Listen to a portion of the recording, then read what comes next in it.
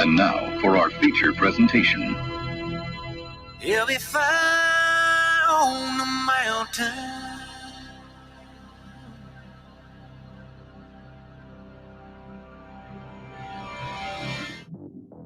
JB and Darren on the JB and Goldwater Show. Line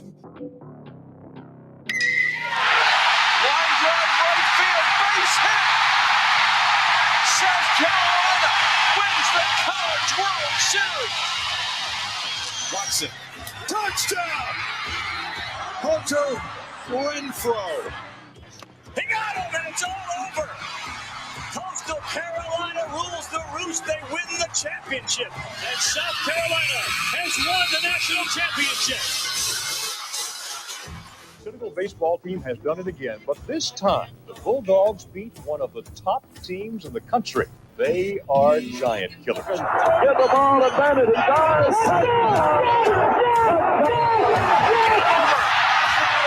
Gamecocks are in the Final Four.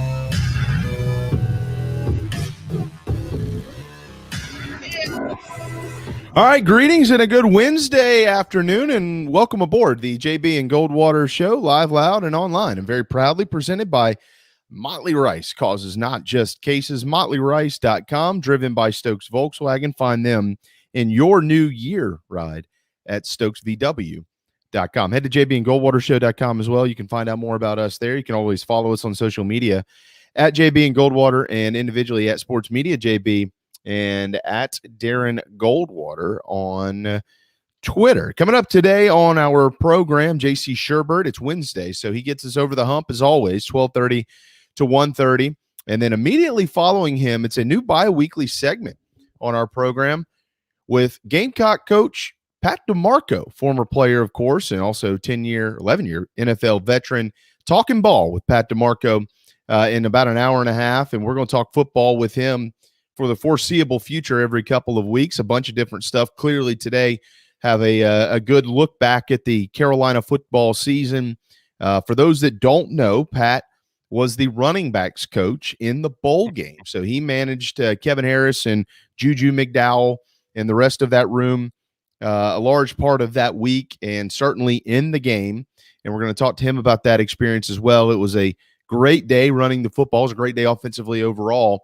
But certainly looking forward to that with him. We'll also get his thoughts on some playoff stuff this weekend. But those who've heard Pat speak before, he is a great interview. And you're going to actually love this conversation coming up in just a little while on our program as he recaps his first year as a coach at his alma mater.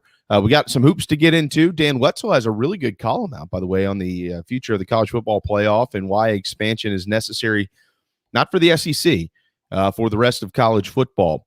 So we'll try to dabble in some of that as well. Maybe get JC Sherbert's thoughts on all of that. But Darren, before we move any further down the road in this show, our total thoughts and prayers and literally every ounce of energy we have in us is with David Shelton and his family. David Shelton with the Post and Courier is always on our show on Thursdays. I have known David since I played high school baseball. He covered me when I was at Wando and does a remarkable job covering high school sports for the Post and Courier and across the state as well. He has been a writer with the Post and Courier, but a contributor. Used to do stuff with the High School Sports Report, former SID, of course, at Charleston Southern. David unfortunately got a knock on his door last night in the middle of the night, and he has lost his 27-year-old son. And this is the second son he has lost in 7 years. So my heart, Darren, literally has broken in half for him. He is a wonderful man. He's a wonderful man who loves mac and cheese, as we all know. But he doesn't love mac and cheese or anything more than his family. So if any of you have an opening on your prayer list today, please include David Shelton and his family on that. It has been a very rough last 12 hours and will be going forward. I can't possibly imagine what he's going through, what the family is going through. He put out there on social media, so I'm comfortable saying it, that the son passed away of an apparent overdose. That is a major, major, major problem today in this country. I commend him for going public with that. It's not an easy thing to do. If his son's death can prevent someone else's, then maybe there is some light there. But that's it, because it's a major problem that is trying to be addressed. And unfortunately, it struck home to Shelton, who is obviously close with us, close with the show. And it was awful waking up to that news, but that's nothing compared to what he woke up to. So, thoughts with him. I sent him a text a little while ago, a little bit before we went on the air. I'll say exactly what I said then. I'm not much the praying type, but I'll be thinking about him. I'll be thinking about the family. If there's anything that we can do, of course, we're there for him. So it's not going to be easy moving forward, but we'll be there. Yeah, absolutely. I sent him a text this morning as well, and told him no reason to respond now or anytime in the future. We know there's no reason to. I don't need a response. I just wanted him to know we're thinking about him. And to your point, Darren, I feel comfortable in saying this. Maybe somewhere down the road, if it is something that the Shelton family needs, we have thousands of listeners on our show. And viewers. So maybe we can all join forces at some point in time and figure out a way to help them get through this in whatever way that is. So we'll let you know. We'll let you know. But between now and then, just awful. Yeah. Awful for David Shelton. 12:07 here on a Wednesday afternoon. Speaking of awful, not as bad as what we saw, or not as bad as that, but Carolina's offense set the world back in basketball by about 60 or 70 years last night. It was really dangerously terrible to watch. If you have eyeballs and if you have a brain in your head, it was probably hurting. And so were the things that you used to see, turnover after turnover, foul after foul.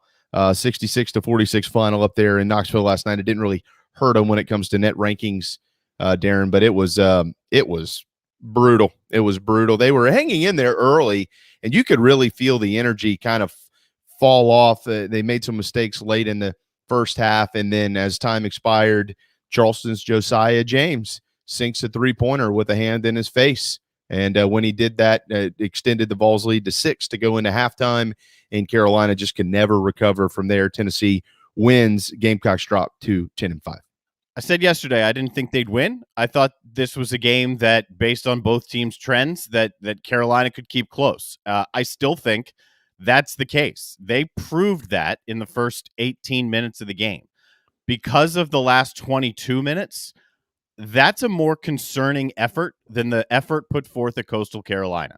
The Coastal loss, even though, they're both losses, the Coastal losses early in the season, it was a building block. It was a teaching tool. They hadn't looked like that again. And even last night, I don't think it was quite as bad.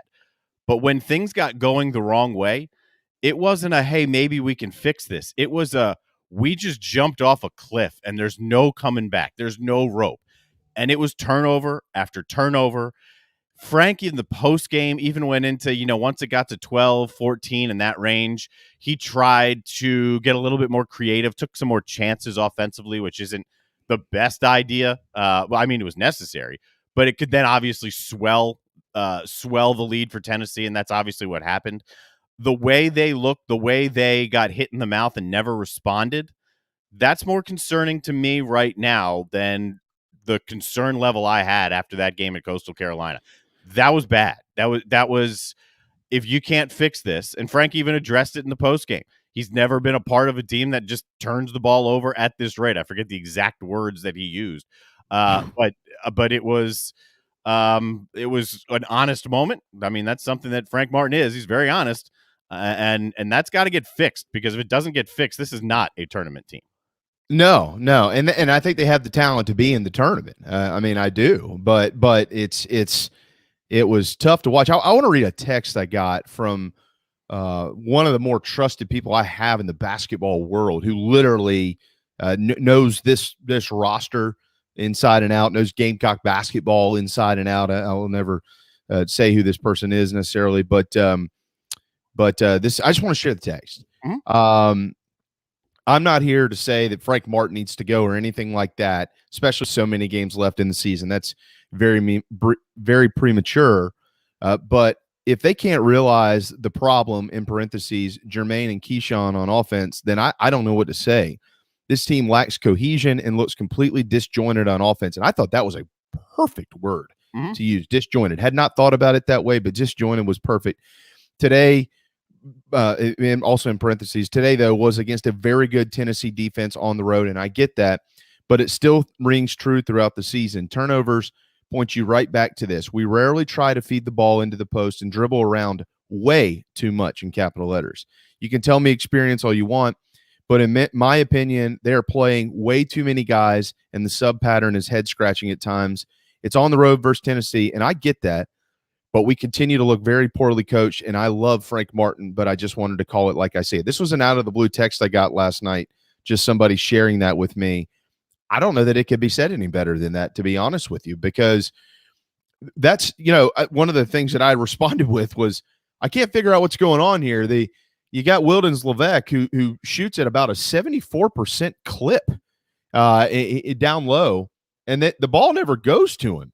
And then they just kind of dribble around and fire up shots on the outside. And people, it's like this team, Darren. I mean, you're a basketball guy, so we're fringe dudes. Probably me on the fringe more than you. You're a little bit more in depth about it than I am when it comes to the lingo of hoops from time to time. But they don't create shots for their teammates. They're having to create shots for themselves, and you can't do that. This league is too good for it. And this level of basketball is too good. Yeah, you gotta have guys who can create their own shots. I get it, but consistently, just off the dribble, off the ball type shots like that, it is really strange. And the turnovers are. Did you hear Dane Bradshaw's stat last night on the turnovers, Darren? No, I had it on. It was a no sound TV. I had two TVs going last night. I wasn't listening to the audio of it. You're not going to believe. You're literally not going to believe how many teams play college basketball at the D1 level. Is it 328? Oh, 328, 350. I think it might be 352. Oh, well, good. Okay, it's better than I thought, because South Carolina turns it over 23% of their possessions. That is 328th in the country. Ja. I mean, you can be some things 328th in the country. Turnovers is not one of them.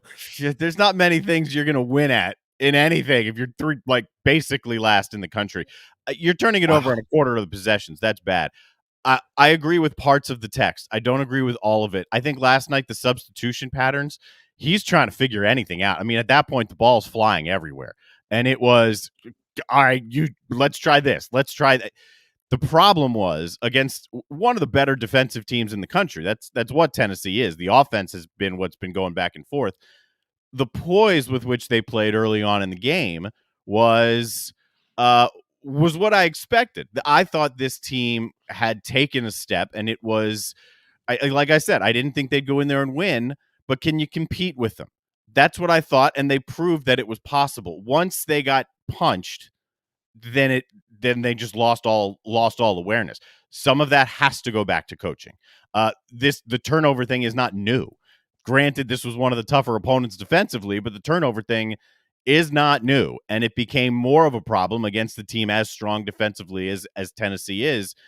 Yeah. But like I said, it's more concerning to me the way that game played out than what was a game that you'll never see a team, not this year, play worse or more poorly than they played at Coastal. And last night they did not do that.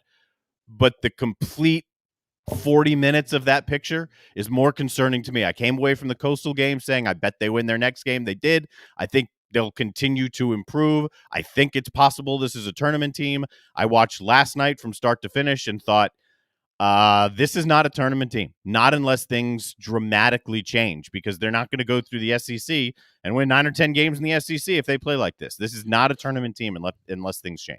No, I couldn't agree more. Again, I think the talent is there for them to be a tournament team, but not like this. I mean, you can't win in this league right now, regardless of, if somebody disagrees with me, that's fine. All you got to do is go look at the stats. This is the best league in the country right now in basketball. And even if it's the Big 12, I'm leaning more to the Big 12 now, but yeah, they're 1-2 either way you look at it. Who cares? It They're doesn't good. matter. No. The point is the level of you can't win like that in general. No. And the level of competition in which they're having to play against is going to embarrass you when you play like that.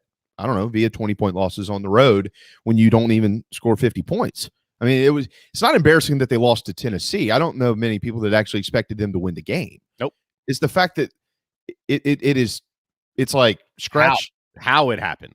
I'd rather listen to people scratch their nails on a chalkboard than watch some of what I saw last night. It's really, it sucks to say that because again, I look at this team and I look at Wildens Levesque and I go, wow, here's another classic project type big guy that Frank Martin got his hands on and turned into a really good basketball player. James Reese shoots over 40% from beyond the arc. Jermaine Couisnard and Keyshawn Bryant in their careers at South Carolina have proven that they are talented basketball players, but for whatever reason, and it isn't working this year. And I know that. Let me give a little bit of a pass to Jermaine Couisnard. He's got a lot on his plate, and I get that from a personal standpoint. So I don't want to. This is not a personal conversation. It's just a basketball conversation. That's all. Eric Stevenson is elite defensively, and he's hot or cold from beyond the arc. One of the things that Rick Barnes said last night really caught my attention. Is true. They talked about it during the broadcast as well, and the fact that these teams are mirror images of each other and how they actually play the game. That's right. Yeah, but well, I mean, Frank has influenced a lot of what Rick Barnes has brought in his coaching arsenal. He brought that up last night, actually, in his postgame. Rick Barnes had said early in his Tennessee tenure, after playing the Gamecocks, he wanted to build Tennessee similar and after the pattern that Frank built South Carolina. And Martin said that was one of the best professional comments he's ever received. Absolutely. And that's why you saw, I mean, when you look at the box score, and it's ugly for South Carolina, 31.6 from long range. That's not shocking. It's been like that for a while. They only shot 35% overall, but the outside of the turnovers, Darren, and they lost by 20 points. So if they would hit everyone, they would have still lost. You cannot go 6-17 from the free throw line. No. I mean, but then you look at Tennessee and you go, well, they're 11-25 from the free throw line. It was one of those games where, and the Vols didn't shoot any better from long range either, and they barely shot it better. But it was one of those games where both teams, like, it was a sloppy style of basketball, and both teams did cause a lot of that, and I understand that. But man, when you're 15 games into the year, Tennessee has enough overall talent to be able to overcome sloppy games. South Carolina does not. They have enough talent to get into the dance, but they can't do that. They have got to move the basketball, and they've got to play to their strengths. They got to get the ball inside. As I mentioned that text earlier, another text immediately followed and said they have got to play inside out. And Frank has done a lot of that in his tenure at Carolina, a ton, and they're not doing it. And I don't know that anybody knows why. For whatever reason, they couldn't, or it wasn't part of the game plan last night. But that was not there last night. The free throw shooting was a joke both ways. So that basically cancels itself out. I think it was Will in here. Tennessee has guys who can score consistently, at least consistently enough. At least against good defenses, there is the ability to create a look. When the game started getting away from South Carolina, and you knew it at the end of the first half, I said, uh-oh.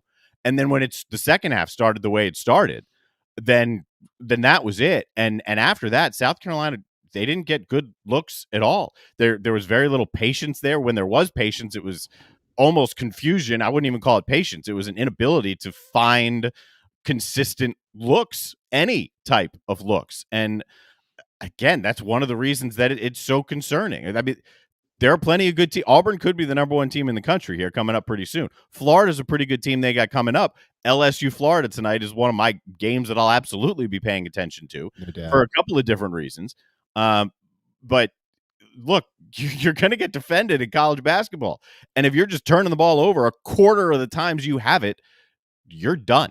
I mean, you're done. And if things need to change, things need to change for this team. They know it. I mean, we're not breaking barriers here. They know it inside that locker room. Yeah, and look, hey, they got a chance to bounce back on Saturday, and if they win the game, as bad as the game was last night for Carolina, it only counts for one loss. Yep. They didn't lose 3 games last night, or 2 or 4 or whatever number you want to get. They lost 1. So, I mean, it's not like the end of the world is near, but if they continue to play like that, to your point, the end of the season is near. That's for sure. For Carolina, but there again, I will maintain my stance on this. There is enough talent to be a tournament team for Frank Martin. I'm not going to question the talent on this roster. It's there, but they got to find a way to squeeze that orange and get all the juice out of it. And right now they're not doing it. And maybe that is trimming down they played 13 guys. They played the whole team last night. I mean, maybe they need to trim it down to get some consistency. So they're getting players who are much more comfortable with each other on the floor. I get it. You got a bunch of guys who literally had never played together until this season, and they're all playing together, but maybe that's exactly it. They're all playing together. Maybe it needs to kind of be trimmed down. I don't know the answer. I'm not a basketball coach. I don't know. But they got to figure it out. And they do have an opportunity against Florida this weekend. There's going to be a lot of people at that game. They're recognizing the football team. So Colonial Life Arena is going to have a great crowd there, and it's a great opportunity to get them going and get back to 500 in the league, and maybe they can build from there, Darren. But, yeah, again, to your point, it was tough to watch last night. You mentioned Florida and LSU tonight. Auburn last night pulls away from Bama. You got Kentucky, A&M. Look what they're doing in the league this year. Holy moly. I mean, Tennessee is still a good team. Once Josiah James, and maybe he started clicking last night, once he really starts clicking offensively, Tennessee's going to be even more dangerous than they are. I mean, they expect him to be a superstar, and he needs to be. So it's it's going to be a long year, Darren, to your point, unless they can get that figured out. You mentioned something, though, and I'm glad you did. You said Auburn could be the number one team in the country. Baylor got beat last night at home by Texas Tech, I think 65-62. I agree with you. I think Auburn right now is the number one team in the country. I don't think there's not a clear cut. There's not this team is absolutely the best team in the country. That's not out there right now. We've seen number one float around a couple of times. Here's my favorite stat from last night. David Worlock, I'll get his official title right, is the NCAA Director of Media Coordination and Statistics. He's been doing it since the 90s. Fifth time in the last 30 years, multiple teams that were the final unbeaten teams left, both lost on the same night. It happened last night. It was Southern Cal and Baylor. Yep. The previous four times, one of the two remaining unbeatens went on to win the national championship. Okay. Wow.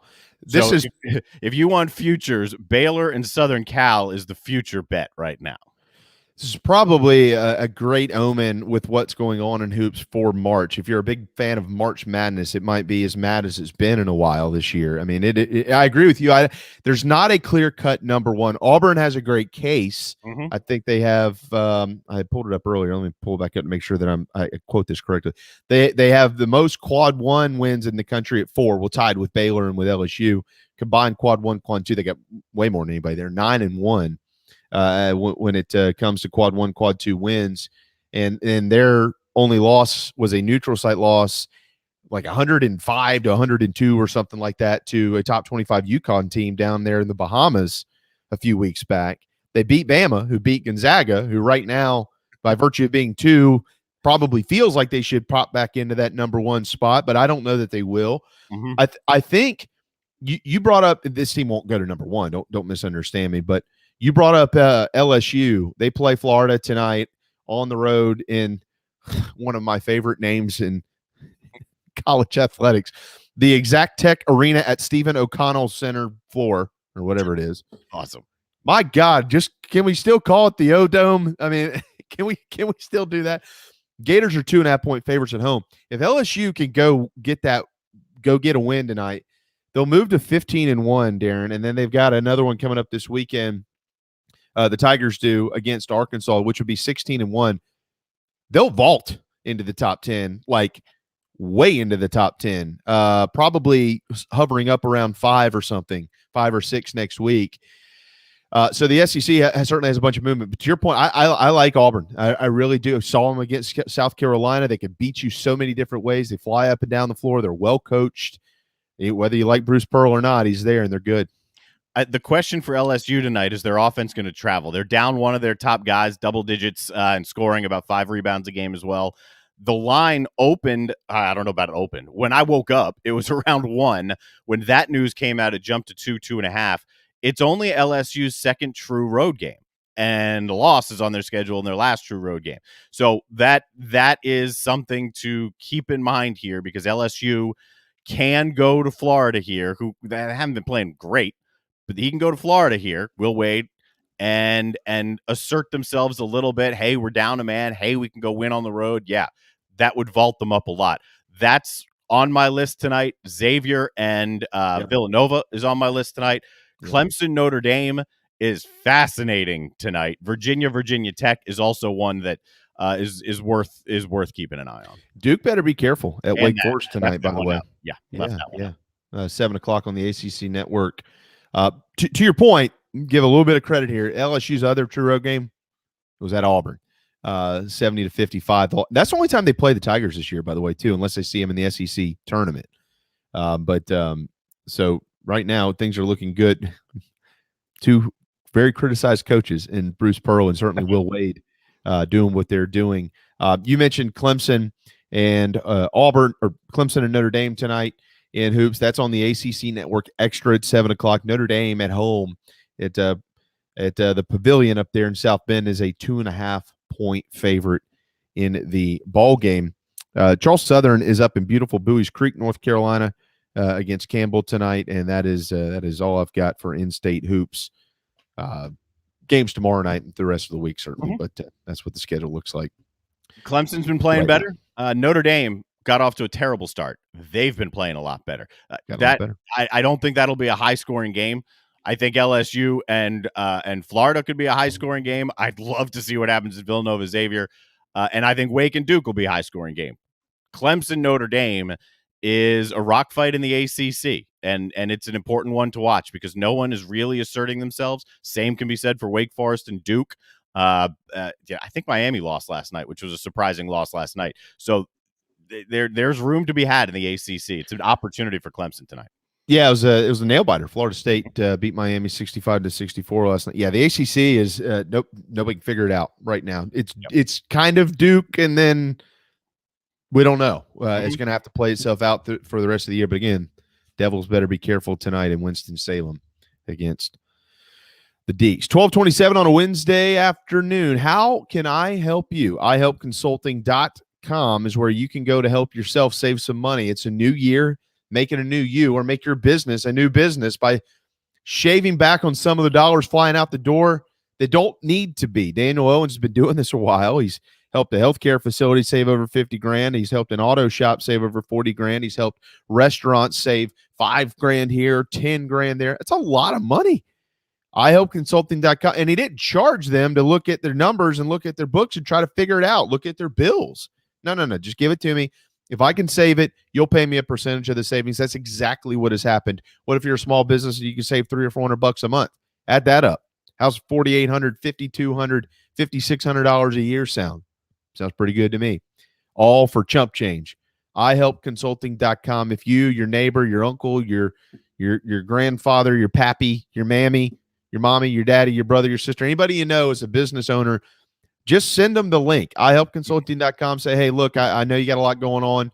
Maybe you're looking at shaving some dollars. Just check this out. It's free. Give them a call. Let them talk to you. ihelpconsulting.com.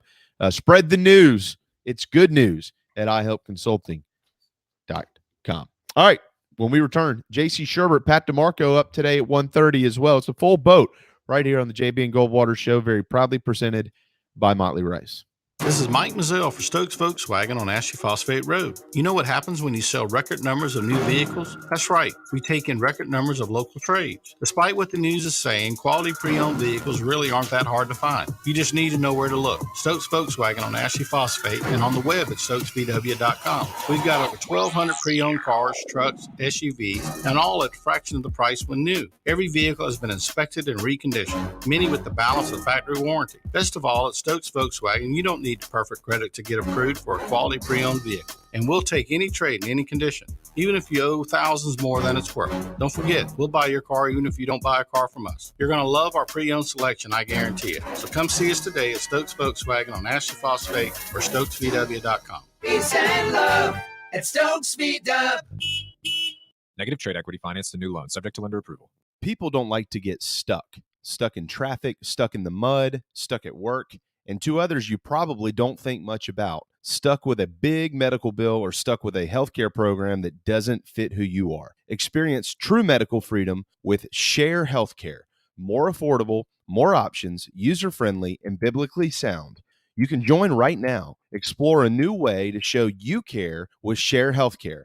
Join us today at sharehealthcare.com. sharehealthcare.com. Wando Power Equipment, the trusted home of Hustler zero-turn residential and commercial mowers. There is nobody more trusted in South Carolina than our friends from Wando Power Equipment. They've been providing elite commercial and residential service for over 30 years. Landscape Services have turned to their selection of Hustler zero-turn mowers like the Raptor. Bigger, stronger, faster, and the most durable Raptor Hustler has ever designed. Located on Daniel Island and online at wandopower.com. Wando Power Equipment, owned by the Price family, the home of Hustler zero-turn mowers, rentals, service, and specializing in family and friendship. You hear me talk about Dog and Duck all the time, and there's no other place I'm going to watch my college and NFL than the Dog and Duck. They have 3 locations, Bell Hall, Park West, and Clements Ferry Road. They have specials all football season long, like $12 pitchers of their own D2 brew, $5 pints of Sierra Nevada,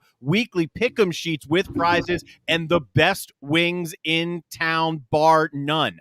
For all your football, college, and NFL, the Dog and Duck, Clements Ferry Road, Bell Hall, and Park West. Motley Rice LLC is a law firm with international reach, but it hasn't lost its Carolina roots. The Motley Rice team fights every day for people harmed by products including asbestos and talc exposure, medical drugs and devices, and also catastrophic injuries and auto recalls, including dangerous Takata airbags. Motley Rice is headquartered in Mount Pleasant at 28 Bridgeside Boulevard. Visit motleyrice.com. Thank you, Motley Rice, for supporting the JB and Goldwater Show and the Big Gamecock Preview Show. Your online radio. The new online radio that makes you happy. I got honeybee beating on my screen door. I got a little buzz in my head. So.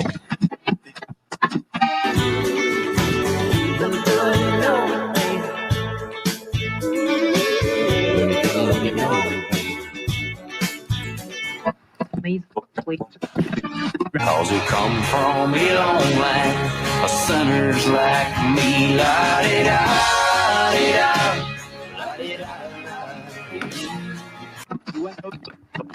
And you were listening to the JB and Goldwater Show, live, loud, and online. Don't cry for me when I'm gone. Just put a quarter in the jukebox and sing me back home. I have to say, JC, about a month later, my chest is still sore from beating it to that song so hard at the Air Church concert in Greenville. You really missed out on a good time. I'm sad that you couldn't make the drive down. It only would have taken you about 20 hours. Yes, keep rubbing it in, though. That's fun.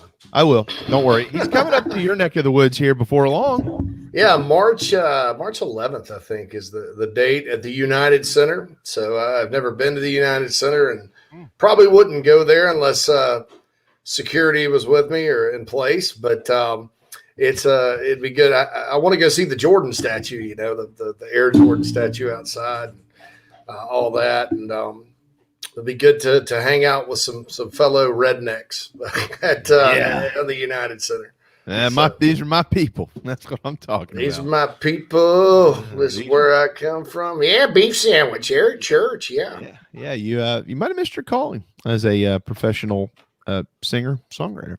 12:34 on a Wednesday afternoon. JC Sherbert, owner of the BigSpur.com. So we're going to actually cut him off today and not let him run past 1:30. We do have Pat DiMarco coming up at 1:35, and we want to make sure that we, get him in here, if that's okay with you, of course, JC. But hey, look, man, we got a bunch of recruiting stuff to get to. So before we get to the national, I do want to get your thoughts on the national championship and things of that nature, and I want to talk to you about a couple of other things in the wide world of college football. But wow, the last few days have been busy for the Gamecocks. They have reeled in some darn good football players via the transfer portal. They're more than likely not done doing that, for those interested in that little nugget.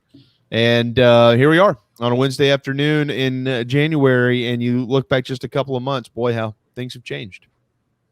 Oh, yeah, you go from mass panic on signing day.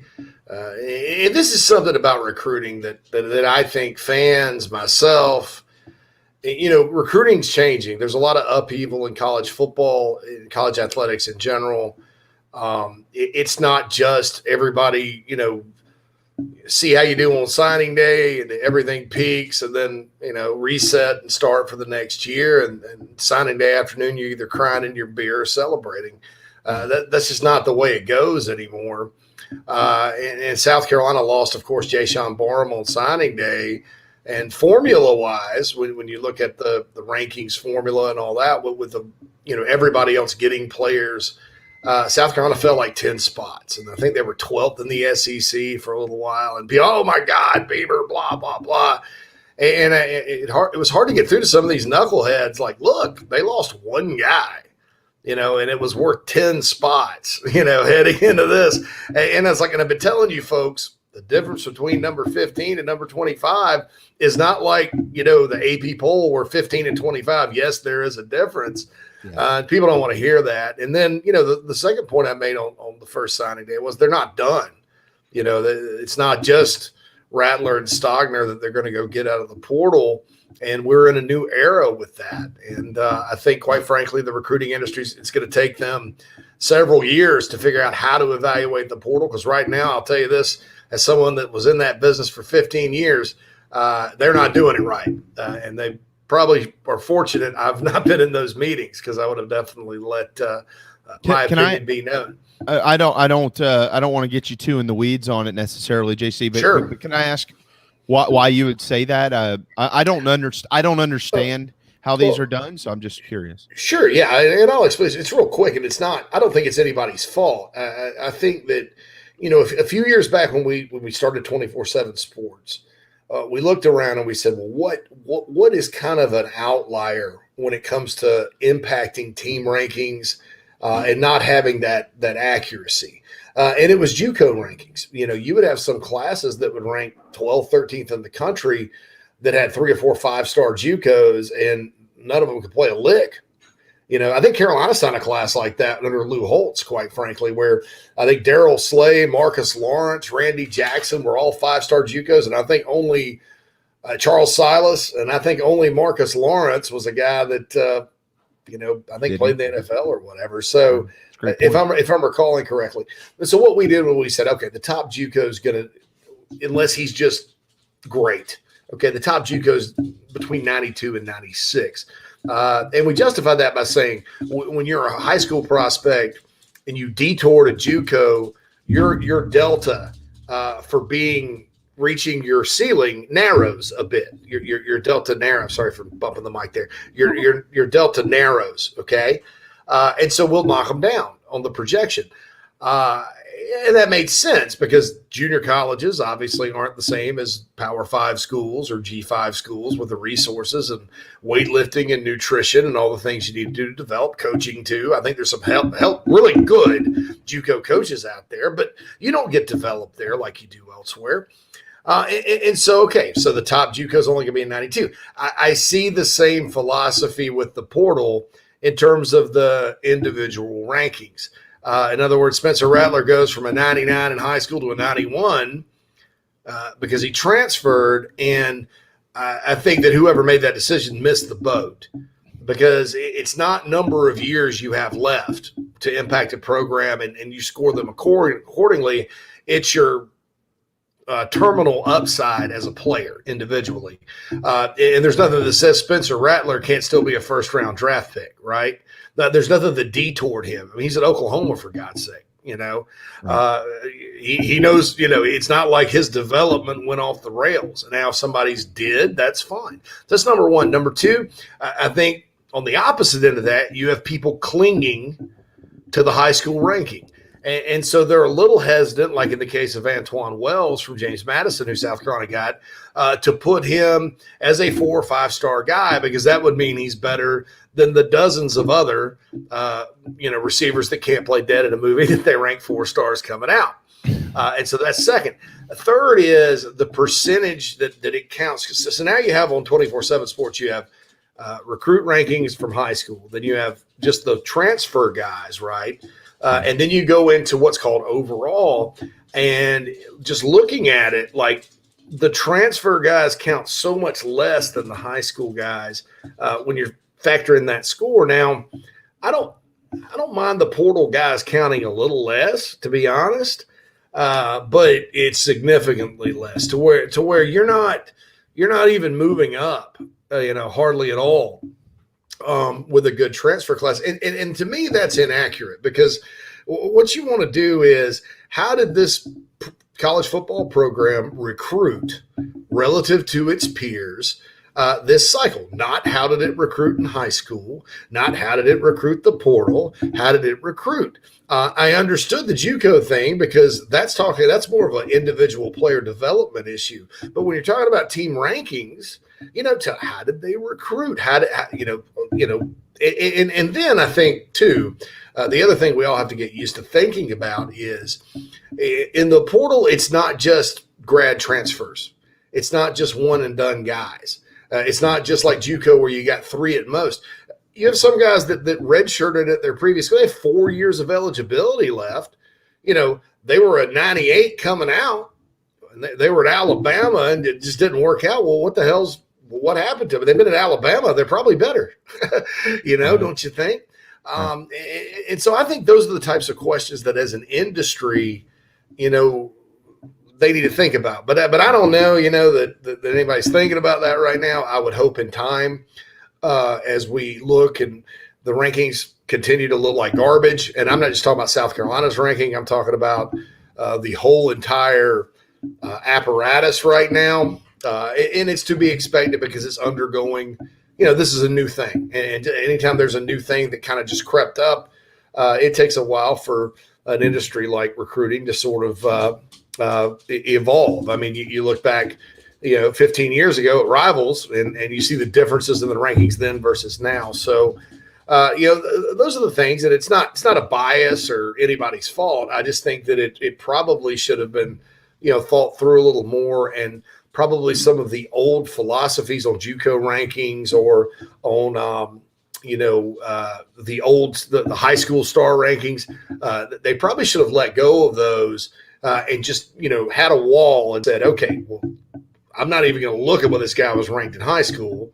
Here's what he is now, and assign a grade accordingly.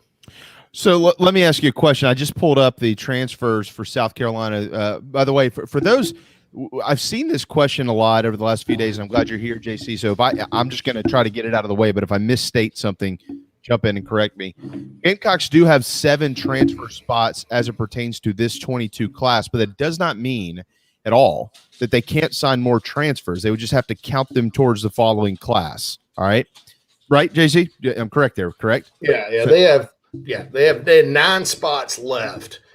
And 2 were like high school or transfers, and then the 7 were portal guys. So they could technically still take a high school guy too, but depending on what happens with DeQuandre Smith. But yeah, you could take guys and count them forward as long as they enroll in August. Karan Prunty was like that. You could do it with high school players too, like Kai Kroger and Mitch Jeter were like that. So, but they can't. It has to be August. Like, they could not enroll in summer school, June. Right. Yeah. Okay. Tavian Feaster was like that too, because Tavian had to count. It's got to start the school year. It's got to start the school year. Yeah, school year. And you come in August and get rolling, which, in the case of the Virginia linebacker transfer, I think it's Wyatt Weeks, who will be visiting this weekend. He has a broken leg, so for him, chill out at the crib, rehab your leg, and come in later, because he's not going to be able to do anything anyway. So that's kind of the thought there. And then, there will be players enter the portal like in May, after spring practice. You can enter the portal all the way up till May 1st. So, what do you do with those guys? If one wants to come, you can count them forward. All right. So let me ask you this real quick, and then I'll move on. But I'm just trying to get there's so many people, as you mentioned, JC, that are so intrigued by the recruiting rankings and team rankings, player rankings, and things of that nature. Right now, with the 6 transfers South Carolina has accepted, Rattler, Stogner, Terrell Dawkins, Devontae Reed, Antoine Wells, and Christian Beal-Smith. Terrell Dawkins, Antoine Wells, and Christian Beal-Smith, the 3 most recent added to the Gamecocks class, do not have Wells, Smith, and Dawkins do not have transfer rankings next to them, temporarily at least. I'm anticipating 24/7 Sports adding rankings to those, right, JC? And when that does, it will change the transfer portal ranking overall for the Gamecocks moving forward. Is that correct? Absolutely, yeah. Okay. You know, those all are counting. The 3 of them are counting as zeros right now, which is it's kind of interesting because South Carolina, when they got those commits on Monday, they dropped in the rankings because they had some. It's like when you have you have your grades, you know, in school, and you get a 0, that could bring you down. So, yeah, hopefully they get those guys evaluated and all that. Now, I don't know as far as star rankings go. I'd probably say, you know, if I were doing it, Dawkins would be an 88 kind of 3-star, high 3-star guy. Wells to me would be a definite 4, and Bill Smith would probably be like the highest 3 you could give. Right now. Of course, I think Stogner and Rattler should have been like 95 and 94, so maybe I'm skewing it high. But once that happens, I would imagine that the overall ranking would go up as South Carolina continues to move forward. I think so. And that right there, and we'll move on now, but that should be the perfect example. If somebody, I think today the South Carolina transfer team ranking is like 12. Well, don't pay attention to it because it's accounting for 3 guys who don't even have a ranking next to them. Just should show everybody once again that all of this is not what you're seeing here is not indicative of what you're going to see in the future out of these guys as football players and out of the football team as a whole. All right, so let's talk about those guys because let's talk about all of them. Devontae Reed, Dawkins, Wells, Smith. But let's start with Antoine Wells. We knew at this point in time last year when Shane took over this program, JC, you and I talked a lot. And I think initially the first 3 position groups, the top 3 position groups, we continued to harp on, man, they probably need to improve defensive back, wide receiver, linebacker. And they went out to the portal. They signed a bunch of dudes for the secondary. Karan Prunty never actually even ended up playing for the Gamecocks, although he was the most high profile. But everybody else did. Jalen Foster emerged. Secondary flipped over basically in a year. 7th in the country. Steve Fink sent this note over this morning. I passed it along via Twitter. 7th in the country, boys and girls, this year in passing yards allowed per game. That is outstanding. It led the SEC. The linebacking core has greatly improved, and they're all pretty much returning next year except for Damani Staley.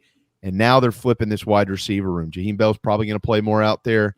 And now you've got Austin Wells to add to it. So let's start with this cat. I saw his film, his numbers. He's in the top 10 for like every receiver record ever. And he's been there for a year and a half, basically, at James Madison. JC, what does he mean to you and how he's going to help Carolina football? Oh, you know, when I watched him on film initially, JB, I thought, you know, 5'10-ish, 185-pound type of guy. He's 6'1", 204. That's the size Deebo Samuel was. He's probably not built as thick as Deebo because nobody really is, but Pharaoh Cooper size, maybe, if you will. You mean Pharaoh. Pharaoh, exactly. And I like that because he plays like one of those 5'10 guys and, you know, just kind of wiry, fast, quick-footed. Out of Highland Springs, Virginia. You know, he's one of those kids, really good in high school, didn't have the grades. We don't hear about it as often because the NCAA essentially killed prep schools a few years back, but he went to Fork Union. We all know about Fork Union, and South Carolina's gotten players out of there before in the past. And then went to JMU, and boom, there he goes. Now James Madison is a powerhouse on the level of the FCS level. In fact, they were talking about those guys going up to a group of 5 to maybe join Conference USA or something like that. They've been really, really good for a while. And, you know, a kid from Virginia. And I think that as the Gamecocks continue to build the program under Shane Beamer, recruiting kids from Virginia is going to be more and more important and more realistic. and he's exactly what they need. I mean, even with Bell being used more in his proper role, which is receiver, even with Amarian Brown, and the hope is the bowl game was a sign of things to come, and Josh Vann coming back and Landon Sampson coming in, you still need more guys. I mean, especially with Rattler, and the fact that teams are still going to try to dare you to throw the ball next year, South Carolina is going to be able to do that. I think with Wells and with the current players and with whoever else they may add through the portal between now and the start of the season.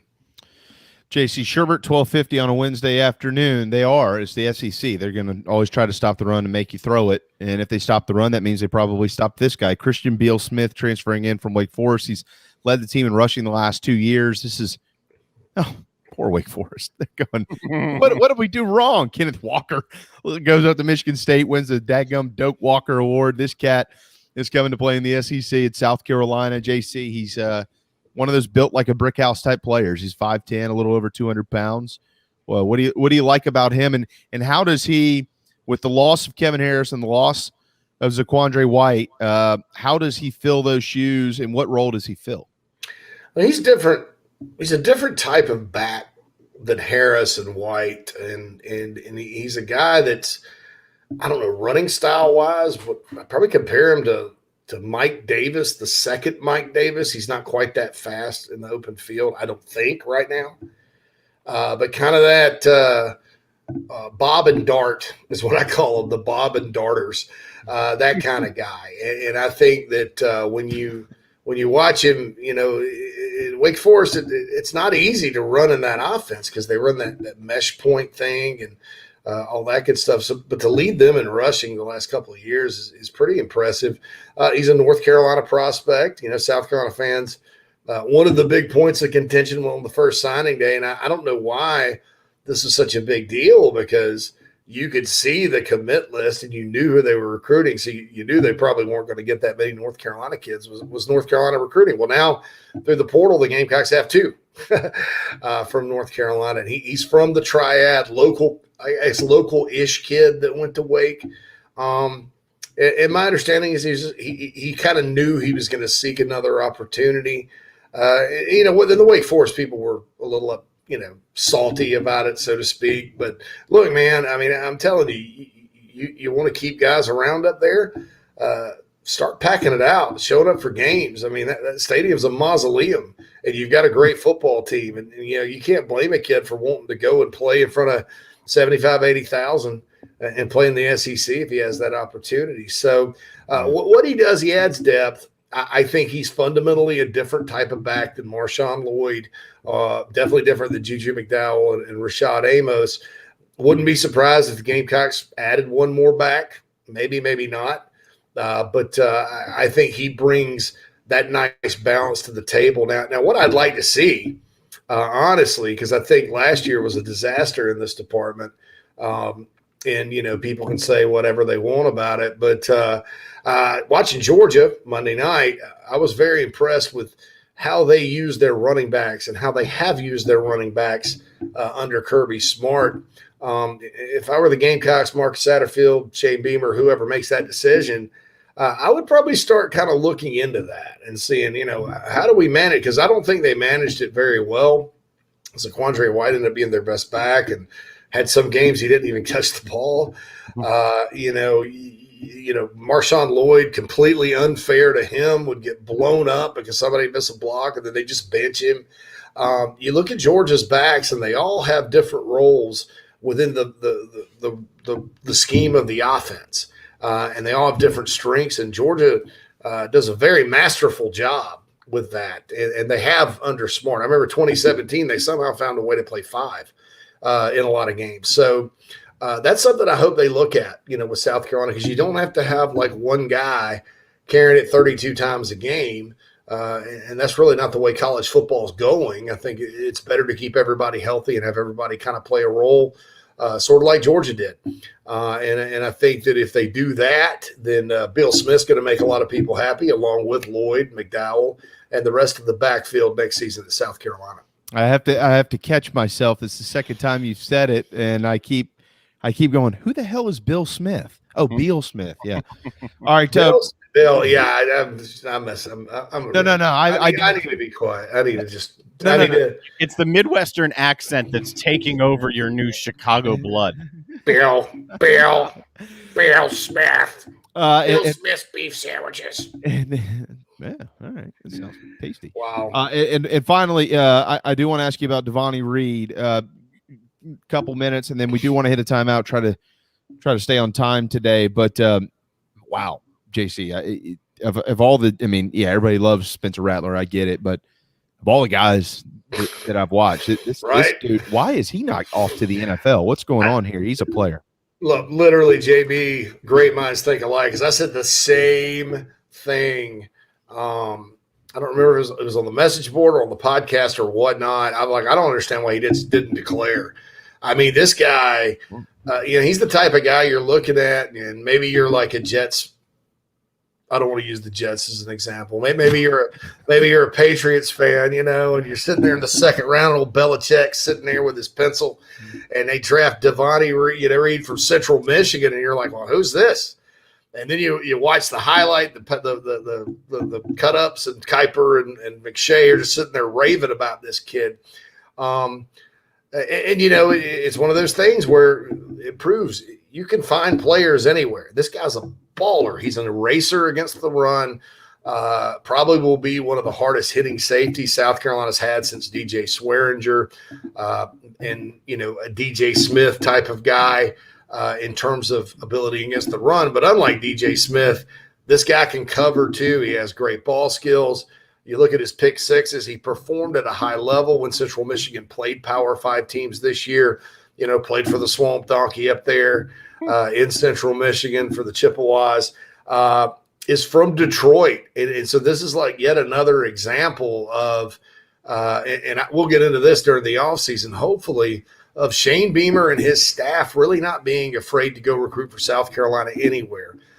You add this kid from Michigan, the Gamecocks now with the new staff have a kid from Fort Wayne, Indiana, and a kid from Detroit that they've gotten by transfer. And so that I thought that was just very interesting that, here is a kid that, yes, he went to Central Michigan, but he's a Detroit native. You have transfer U up there in East Lansing, yet he chooses to come to South Carolina. But of all the guys here, it's going to sound weird. And I'll move Rattler out, okay? I'll move Rattler to the side since he's a quarterback, and that's a different thing.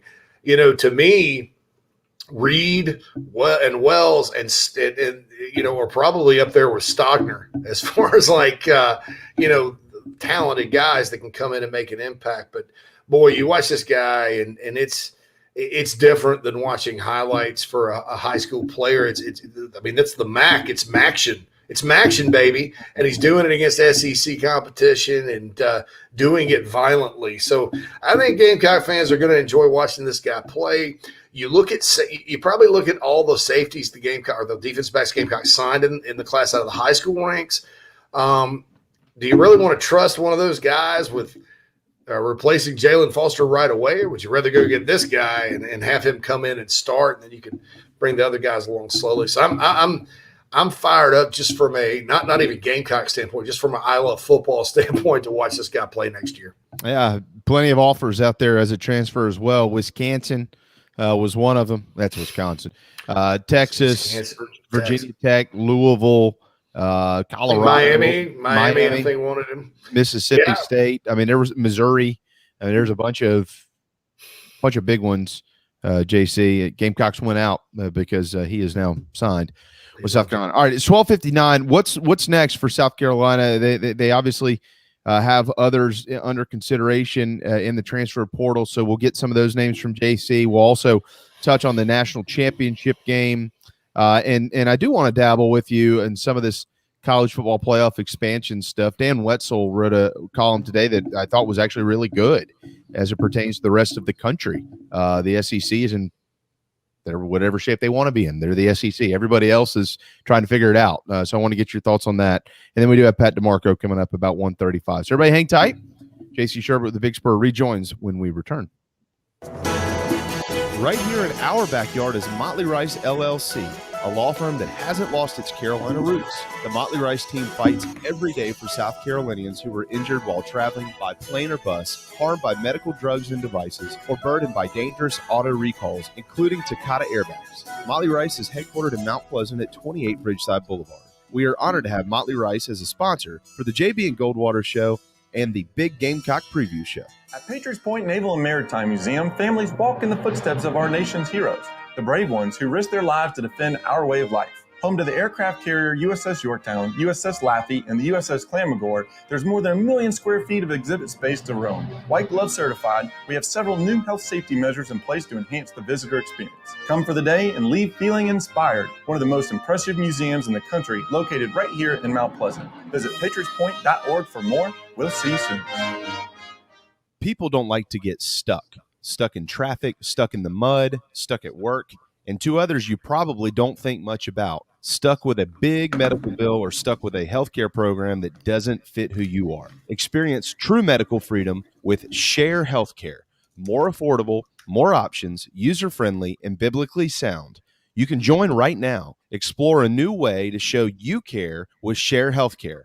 Join us today at sharehealthcare.com. sharehealthcare.com. This is Scott Glades, head golf professional at the Links at Stono Ferry, located on the outskirts of Charleston, South Carolina. I'm inviting you to tee it up on one of the most scenic and challenging courses in the Low Country. Our back nine is highlighted with 3 holes that border the Intercoastal Waterway.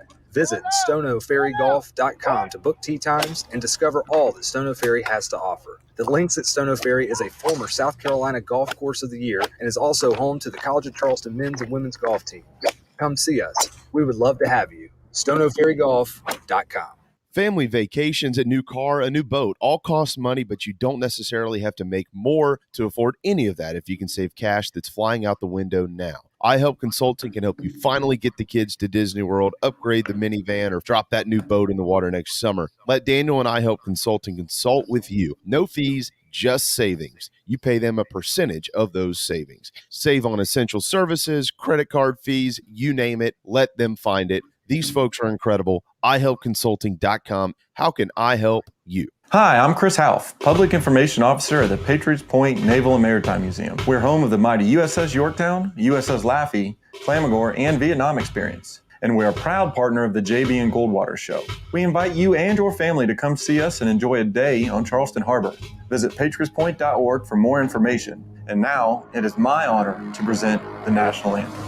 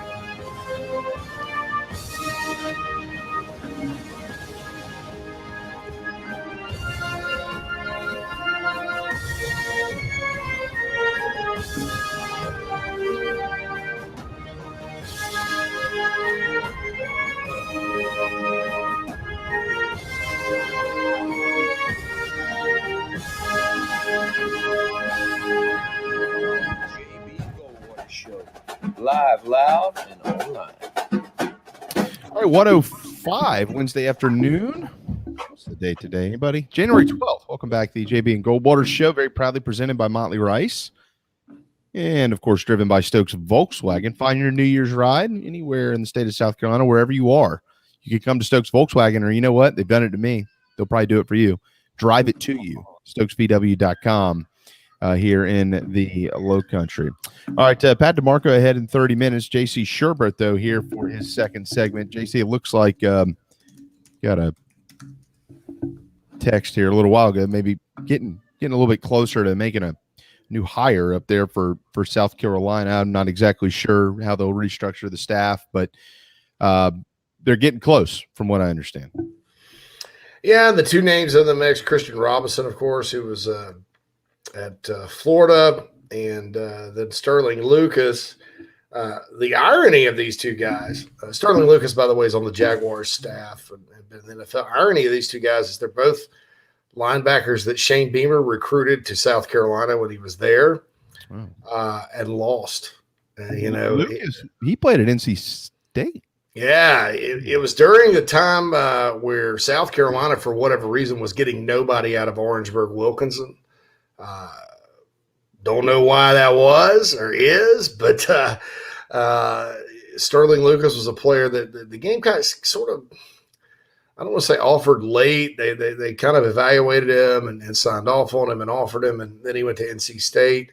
And then, of course, Christian Robinson was out of Greater Atlanta Christian in Georgia, and his dad, Gus Robinson, played for the Gamecocks. Beamer recruited him, lost him to Georgia, and I think Christian went 1-3 against Carolina when he was a linebacker for the Dogs, and he was on Dan Mullen's staff last year. So that's those are the two names I know. Maybe there's somebody that comes out. I mean, Travian Robertson, who's at Georgia State as their D-line coach, has been another name I've heard. But it's going to be interesting to see sort of how it unfolds, because I think that there are some needs that the program has that can be filled by some guys better than others.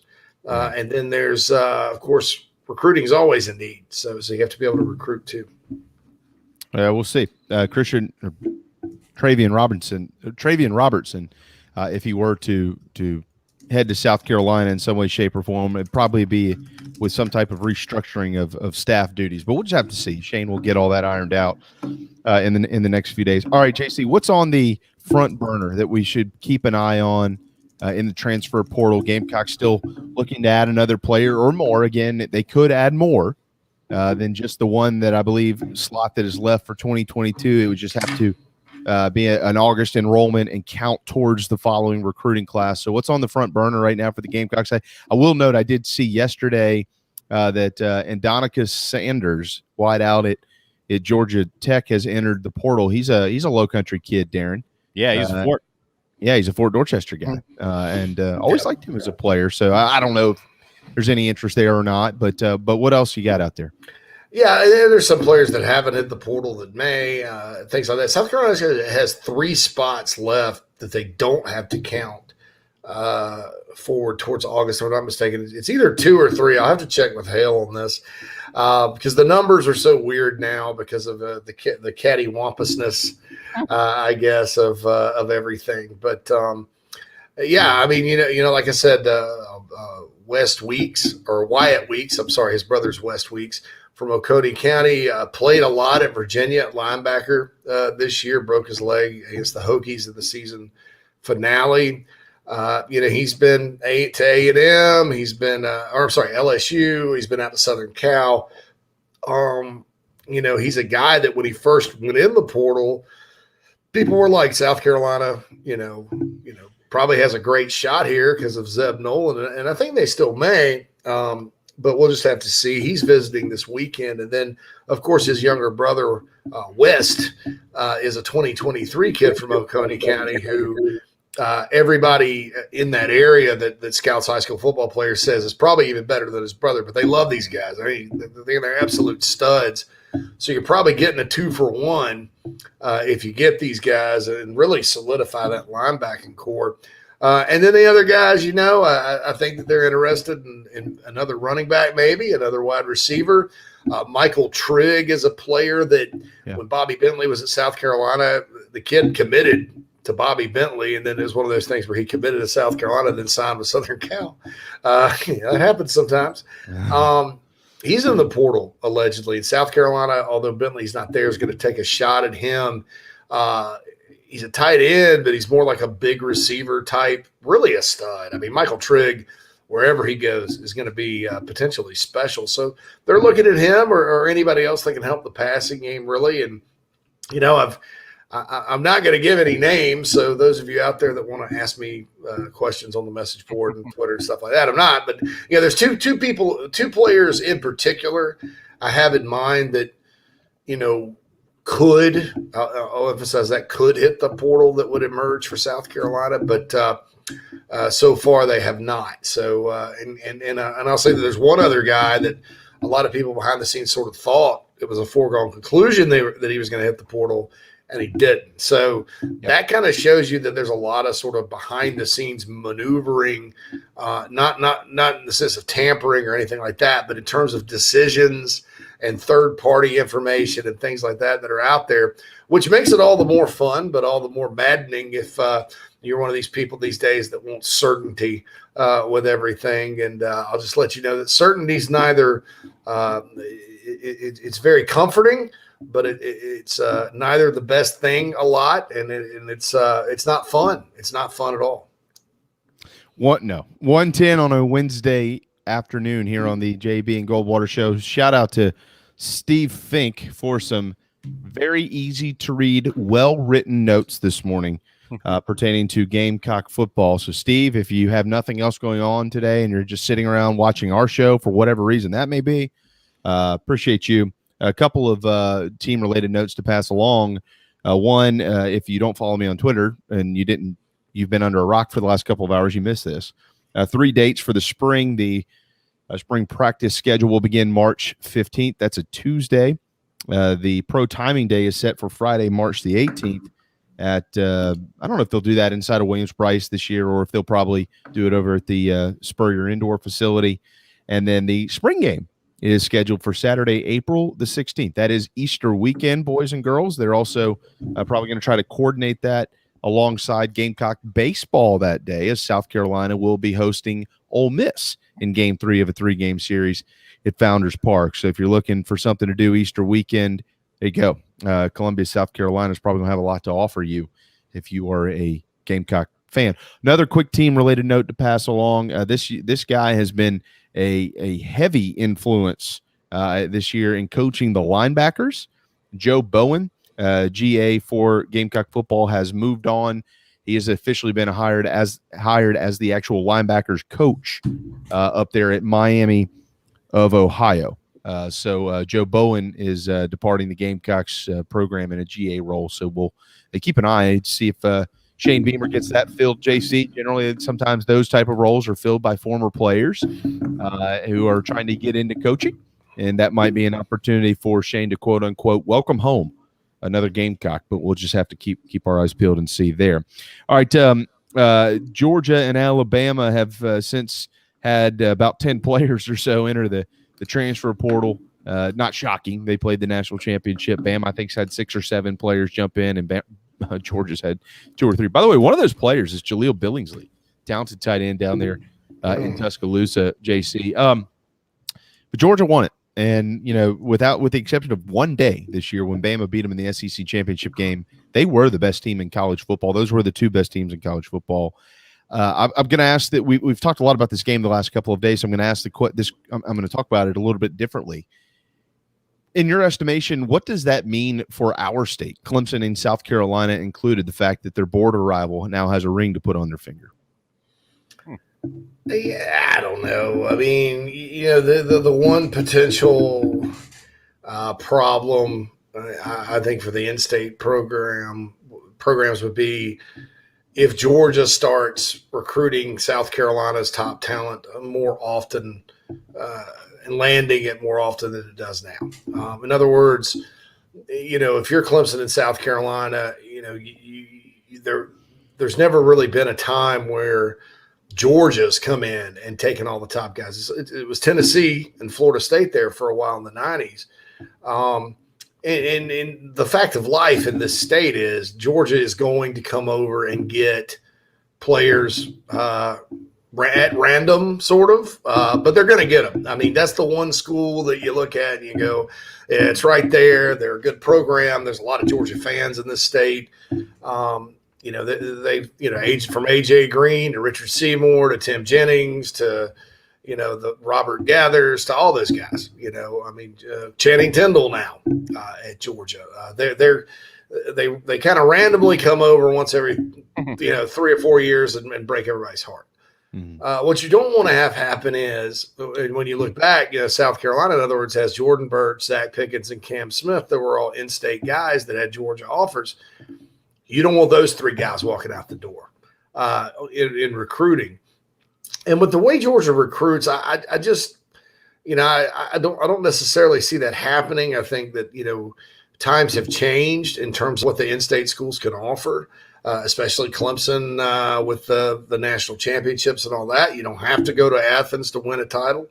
And I think what it does basically is, if there's a problem in the state or something to kind of circle, it's that, is Georgia all of a sudden going to be able to just swipe in and get anybody?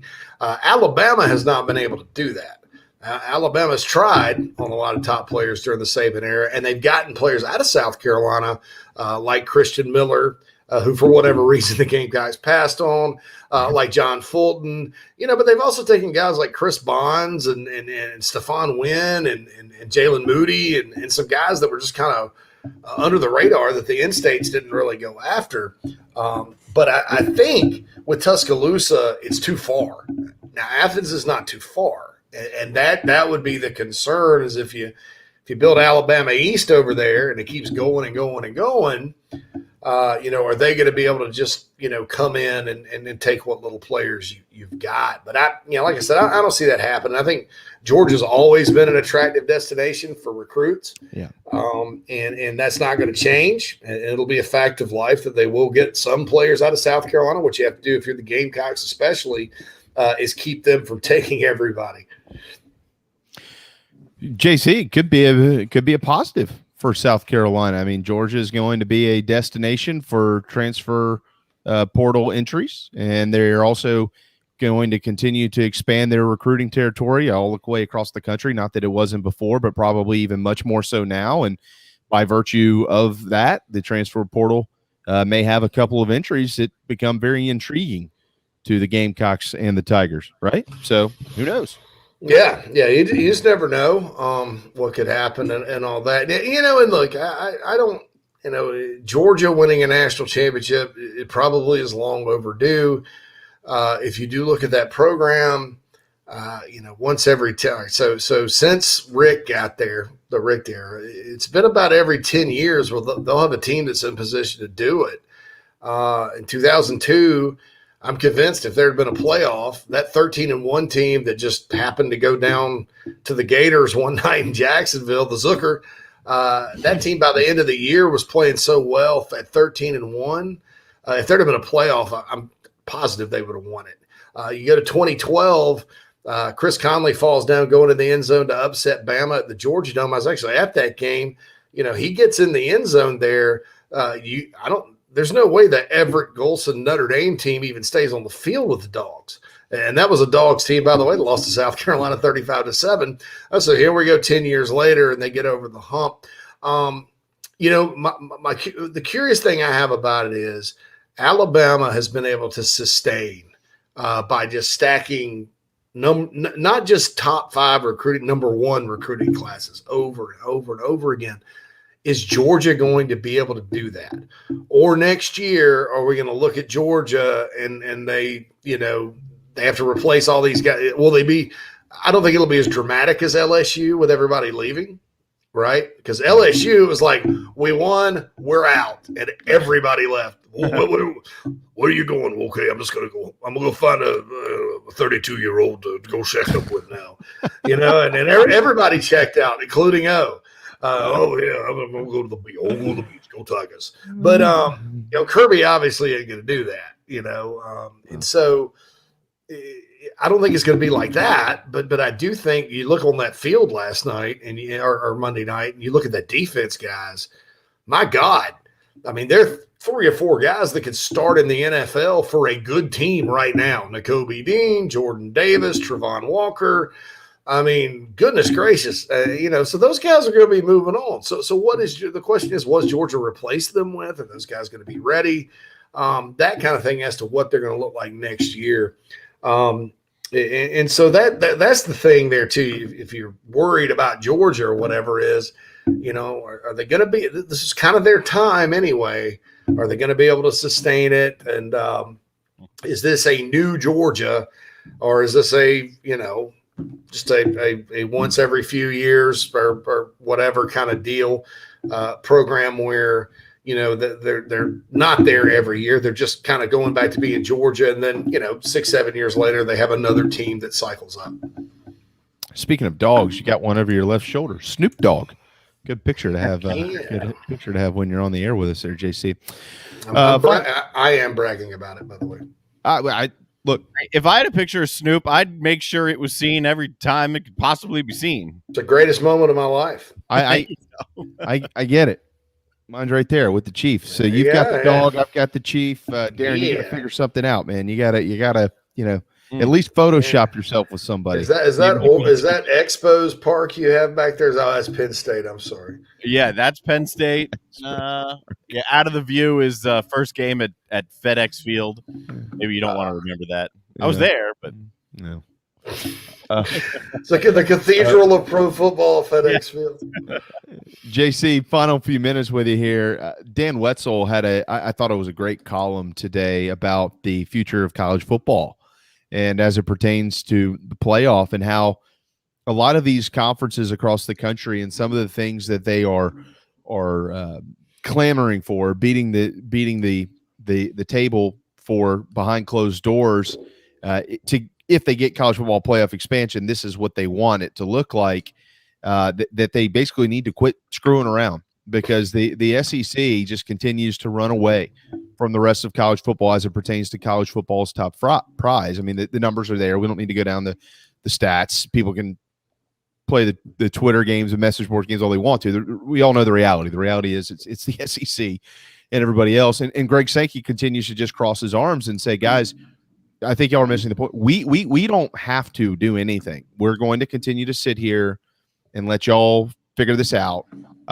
And by the way, by the time you get it figured out, we might at that point in time we might reconsider basically. But I think he's right, JC, and he made a point that I've tried to make before as well for the health of the sport. Right now, there are consistently 3 to 5 teams at the top of college football. Georgia is there. So Georgia, Darren and I have this conversation a lot, and I omit Georgia from time to time. No longer, they shouldn't be. Bama, Ohio State, the Dogs. Clemson has been up there, but we'll see what that looks like moving forward. Same with Oklahoma, but largely it's been the same group of teams since the college football playoff happened as to who is at the top of the sport. And if you expanded the playoff, no. That doesn't mean that, okay, well, just because there's more teams in it, that there's more teams that can win it. Now, there's still an elite class of football teams. But in order to grow that elite class, they're probably going to need to expand the college football playoff to give more teams a seat at the table and allow them to build their programs from within. That's what Dan Wetzel was talking about. So I was curious, as you've been covering the sport a long time, you've watched the comings and goings of powerhouse programs and how things have changed. I was curious as to your thoughts. All right, my first takeaway is they need to tell the Rose Bowl people to go jump in the Pacific Ocean. Okay, these idiots have been screwing up college football since I was a kid by their insisting on this, that, and the other. For years we didn't even have a true national championship because of that crap. I love the Rose Bowl. The granddaddy of them all this other stuff. That's great. Super, duper, freaking super. All right. But look, man, I mean, you don't have a say, right? The Rose Bowl does not have a say. The Rose Bowl should be lucky it exists. All right. This is like the guy that, goes into the bar and he sees a girl that looks like Cameron Diaz and she's all about him and he rejects her because, he wants Jennifer Lawrence. And he's 6'6", 5'11", 260, no muscle definition. I mean, dude, just be happy something exists, So that's number one. Number two, the ACC's stupid. Because they're holding on. I'll use another dating analogy. This is like the guy that's been chasing the girl for 10 years, and she keeps coming back to him when it's convenient, and then he thinks, oh well, and she makes all these promises, and then she ghosts him for a year or whatever, and then blames it on him and totally gaslights him. That's Notre Dame and the ACC's toxic relationship. So if you're trying to force Notre Dame into that, then that's even stupider. Okay, so that's stupid. I think that the Big Ten's gripes about we don't want a Group of 5 champion getting a bid, maybe there's some wiggle room there. I mean, I don't know. I kind of liked it because it gives the Group of 5 schools a chance to really, put themselves in good position. But Greg Sankey's absolutely right. I mean, come on, guys. I mean, this is stupidity because this is not about like what was a lot of people said, well, they're just going to hold off on it so they can take this to market and ESPN it and the guy. But Sankey said, hey, when it comes time, we're going to take it to the open market, no problem. So the SEC's not like sitting there, carrying ESPN's water with this thing or anything. And as far as like, the health of the sport argument, I think it is because let's just say this: there's a big difference between Clemson and I hope Clemson fans don't get mad at me, but Clemson going through the ACC, and winning the ACC, and then okay, you got Notre Dame or Oklahoma, okay, Ohio State, you go beat them, and then taking a big swing at Alabama, that's. You can build a program like Clemson has that can sustain that and do that just fine. I think there's a big difference between making them go through what may or may not be a great team in the semis, and then making them to go through like Georgia, Auburn, and LSU, or I'll even use non-SEC teams, making them go through Ohio State, Southern Cal, and Oklahoma, or something like that. So. Even Alabama, it's easy to sit there and go, okay, well, we're playing Washington or Cincinnati in the semis. Look at that game with Cincinnati. Alabama went out there. They're one of the top passing offenses in the country. They're just like, we're just going to run it up the middle the whole game and kill you. And they did. All the times Notre Dame's gotten in, they've gotten blown. I mean, they haven't been able to compete. And so really we're not getting the top 4 teams with the way this thing's set up now.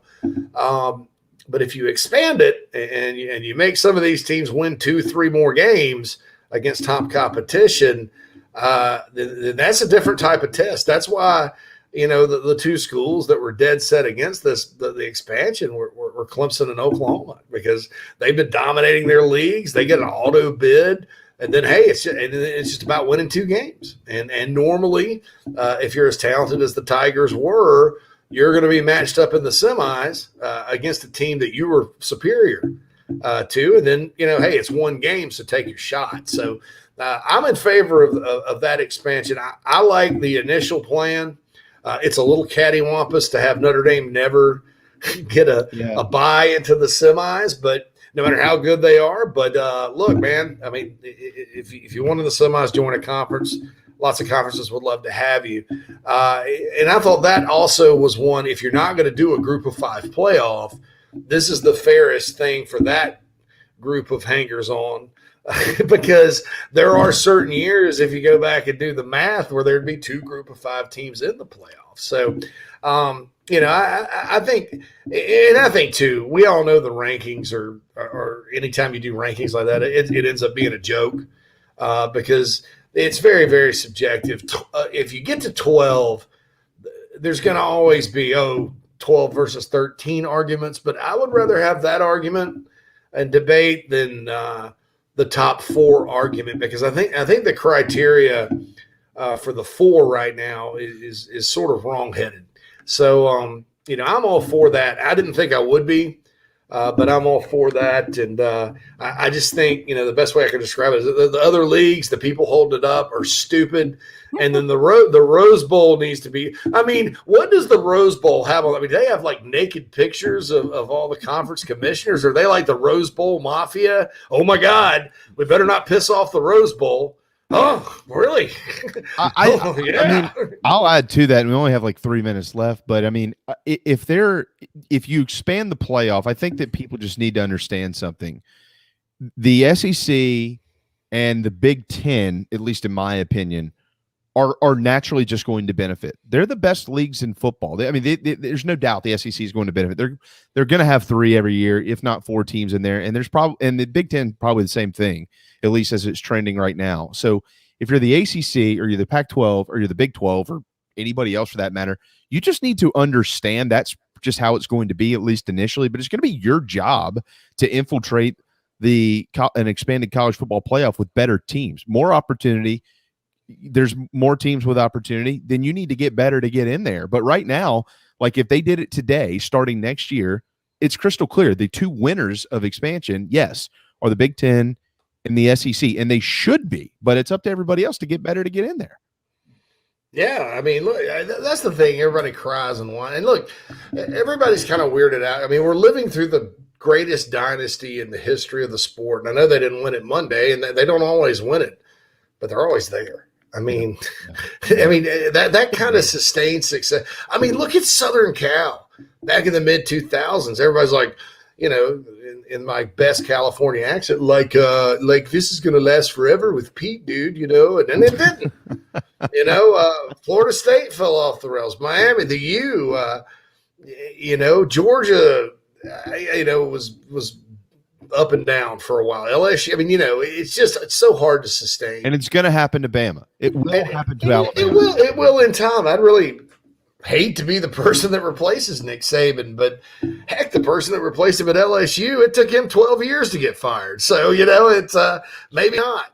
But I think that because of that, because Alabama sucks so much of the oxygen out the room, people aren't going to say it, but they're all kind of trying to figure out a way how to bend the rules or to make life harder on the Tide. And what they don't understand is every time you do that, all Nick Saban does is, just like with the transfer portal, he's like, oh, we'll figure out a way to make it an advantage for our football team. That's right. And that's what he does. And that's why, you know, it's best just to do what's best for the sport rather than to sit here and figure out how to screw the SEC or screw Alabama or whatever. Because right now, those are just facts of life, and it's up to everybody else, as you said, JB, to fix it.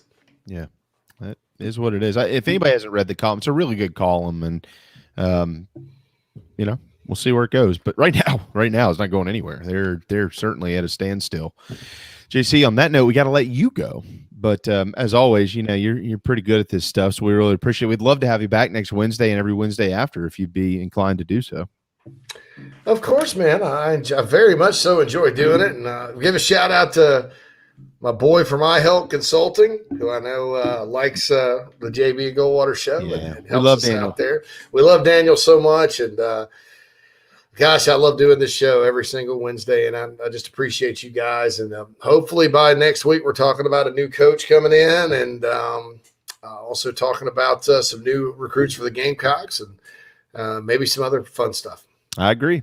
Gamecock fans should probably keep their eyes peeled over the next few days, and more news, more than likely, headed to Columbia. Speaking of Columbia, that's where we're going next with Pat DiMarco. Thanks, JC. Thanks, and tell Pat I said hello. Can't wait to hear this segment. Absolutely. Certainly will. 1:33 on a Wednesday afternoon. We mentioned it. Carolina, it's strange. That's a weird saying. We want to give the Gamecocks football coaches, Pat DiMarco. I'm still not used to that. He joins us next in Talkin Ball here on the JB and Goldwater Show. Hopefully, you won't ever need legal help for a catastrophic injury or health issues from a medical drug or device. But if you or a loved one suffers injury or loss, Motley Rice LLC is a nationally recognized law firm that is right here in Mount Pleasant at 28 Ridgeside Boulevard. Thank you, Motley Rice, for sponsoring the JB and Goldwater Show and the Big Gamecock Preview Show. Visit motleyrice.com for more. motleyrice.com.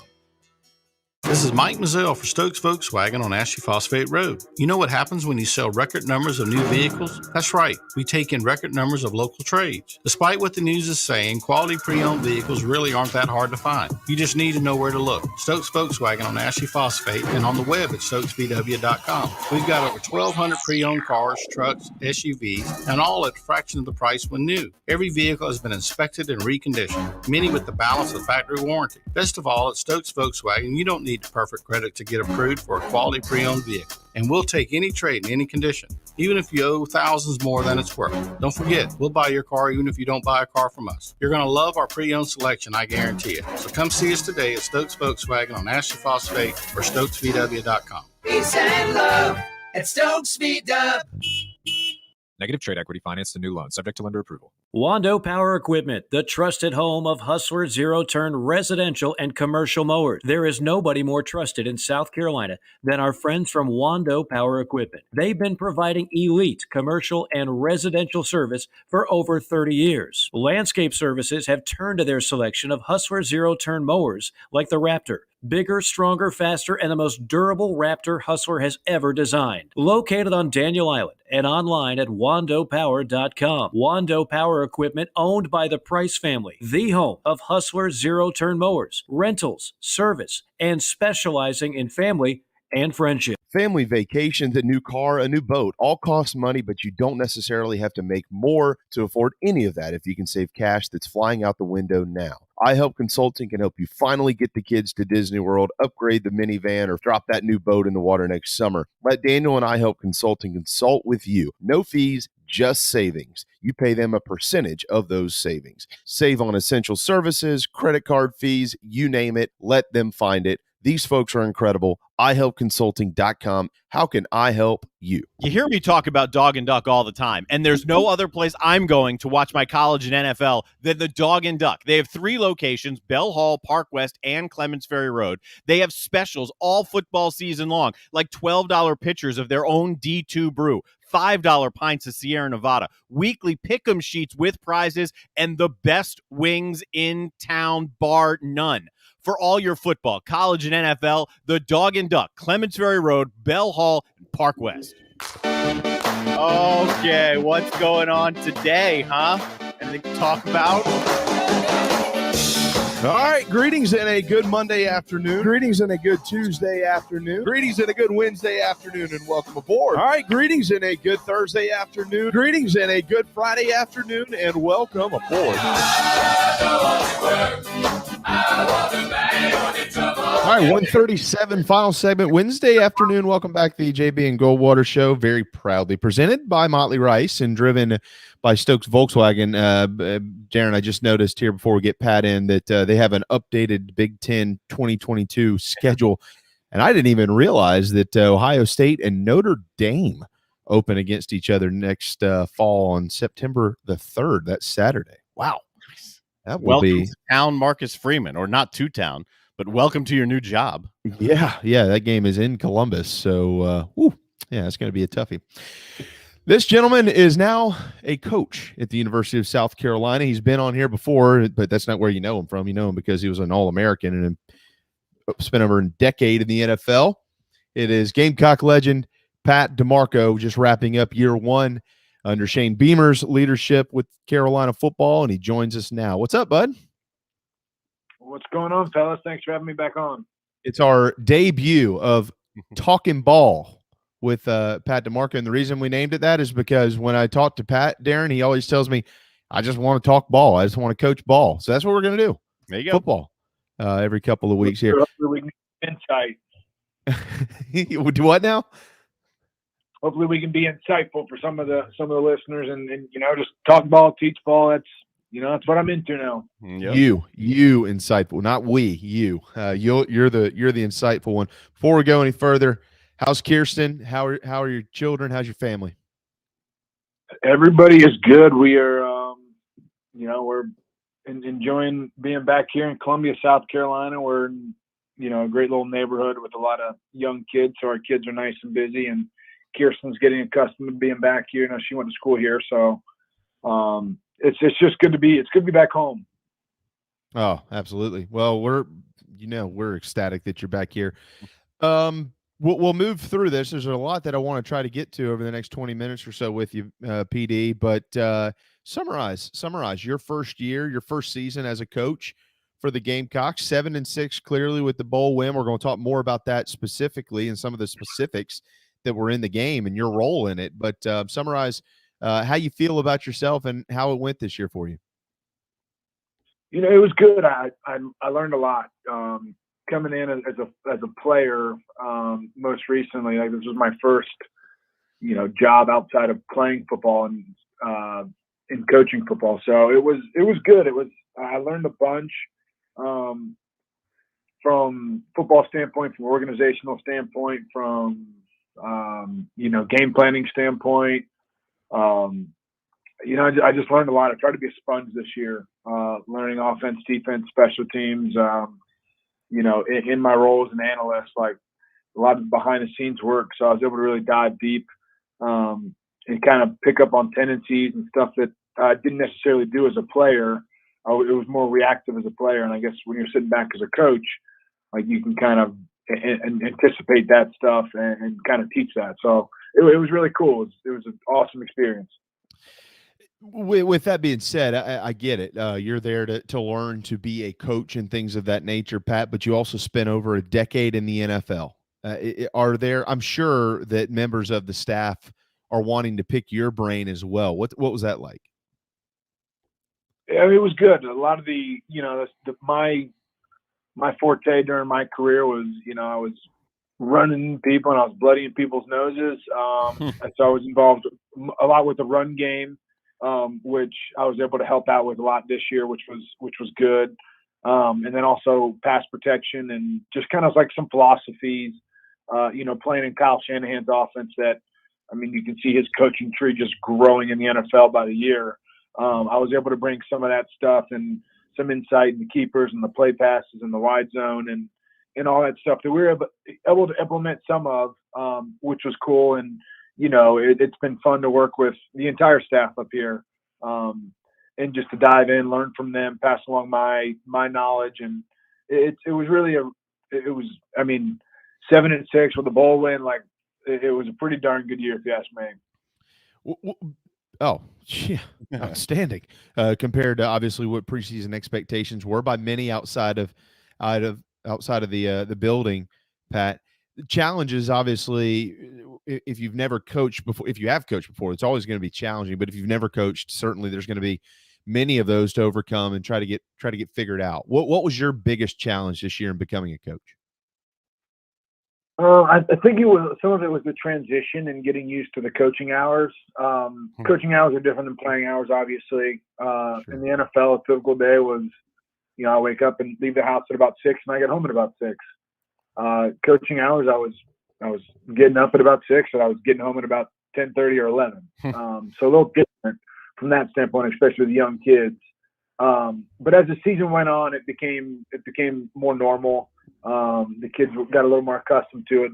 They came up to the facility a little more and saw me during the day just to kind of supplement that time because, I'm a dad first before I'm a football coach. So we were able to make it work. But just I guess from a learning standpoint, I guess I did a lot of the behind the scenes work, which was different for me, which was a good role for me to really dive in and learn a lot about. All the computer software stuff, the Exo system, handling all the Microsoft Word and Excel and all the drawing the plays and stuff. What's that platform? We have a platform that we draw the plays on. So just kind of learning all that stuff was something I've never done before. So it was good for me to learn, and it's going to help me moving forward for sure. So Pat DiMarco with Gamecock football. So how has that changed since you were a college football player? Like the things that you're doing now as a coach and the information that you gather, that you put together, that you have these meetings, you give to these players, these kids, for them to learn. How has that changed since you were in their shoes? I feel like we give them a lot more now than I used to get when I was in school. I think at times it's a little bit information overload. I mean, as a player, I wanted to know enough that I could react and adjust on my own without being so groomed and told what to do. And basically, I never wanted to be robotic because I always wanted to be able to adjust. And I mean, at the fullback position, like all I was doing was adjusting based off fronts and linebacker fits and blitzes and all that stuff. So we do give them a lot of information. I mean, it takes a lot of time to do. So hopefully the guys go through it and and take ownership for the information that we're giving them. But we definitely give them a lot more than I got when I was here. And I think everything's kind of catering more towards the NFL model and information and that. And Coach Satterfield was in the NFL for a period of time too. So I think there was some of that with the information wise. But the more you can give them, the better. But you don't want to give them too much because too much is just it's gonna be informational overload, and they're gonna be playing slow, and they're gonna be thinking too much. When like we recruit these kids because they're really good football players, and they weren't getting all this information when they were in high school. Some information definitely will help them, but you don't want to give them too much information because you don't want to take their natural instincts and their natural talent out of the game. I totally understand. I don't understand as a player. I totally understand what you're saying.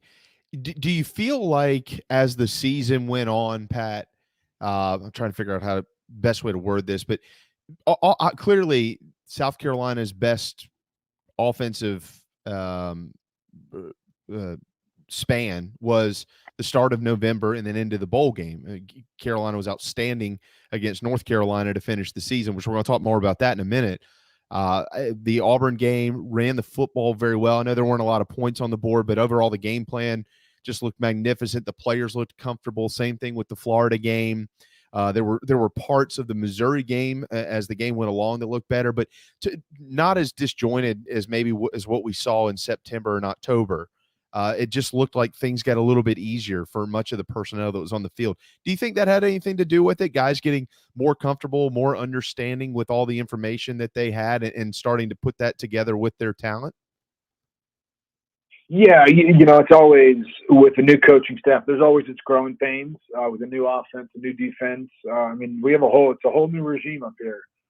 There's a couple faces in the behind the scenes stuff that are still here from when I was here, but I mean, all the coaches are new. So there's definitely growing pains and it takes time. The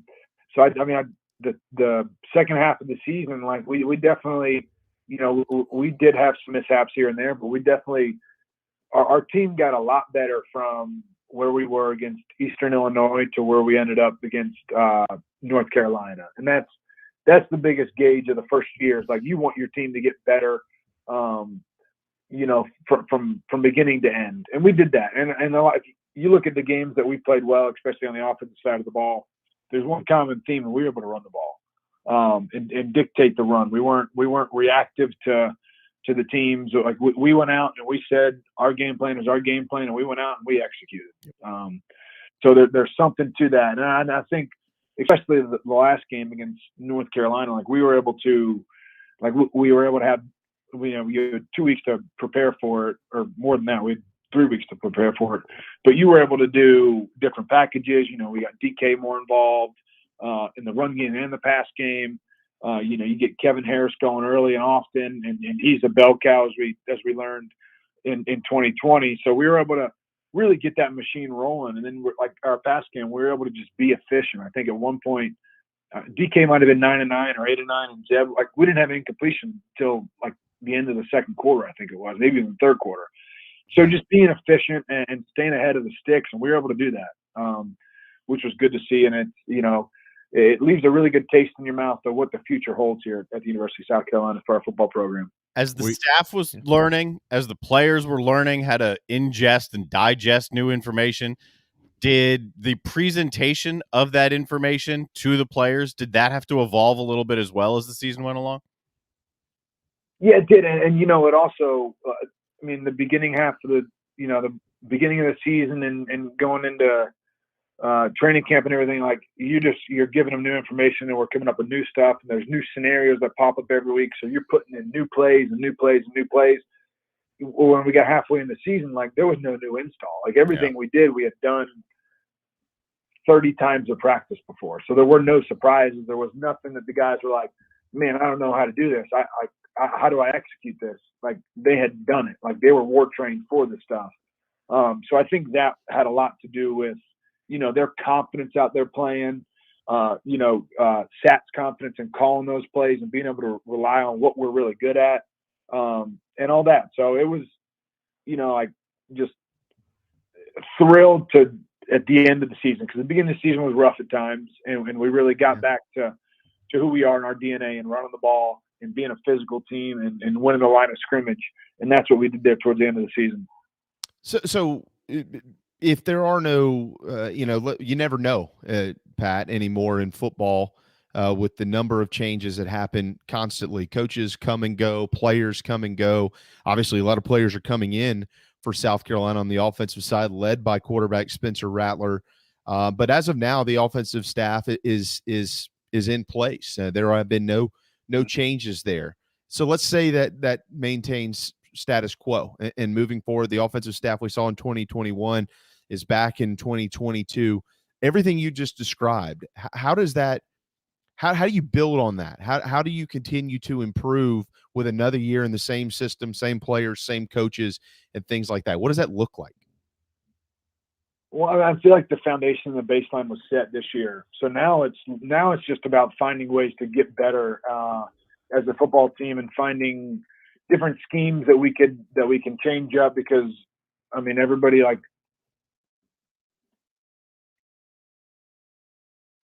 lose them. So I mean we're going to have to adjust and adapt and change a little bit.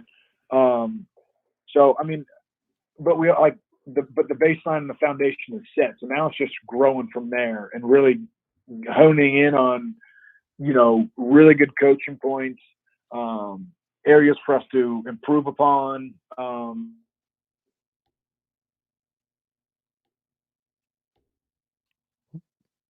ball over, free snap penalties and stuff like that. So really just building on what we had towards there at the end of the season. And, and when I talk to the guys, and we talk to the guys every once in a while as a team, and I told them, like, look, in the game of football, if you're not getting better, you're getting worse. There's no staying the same.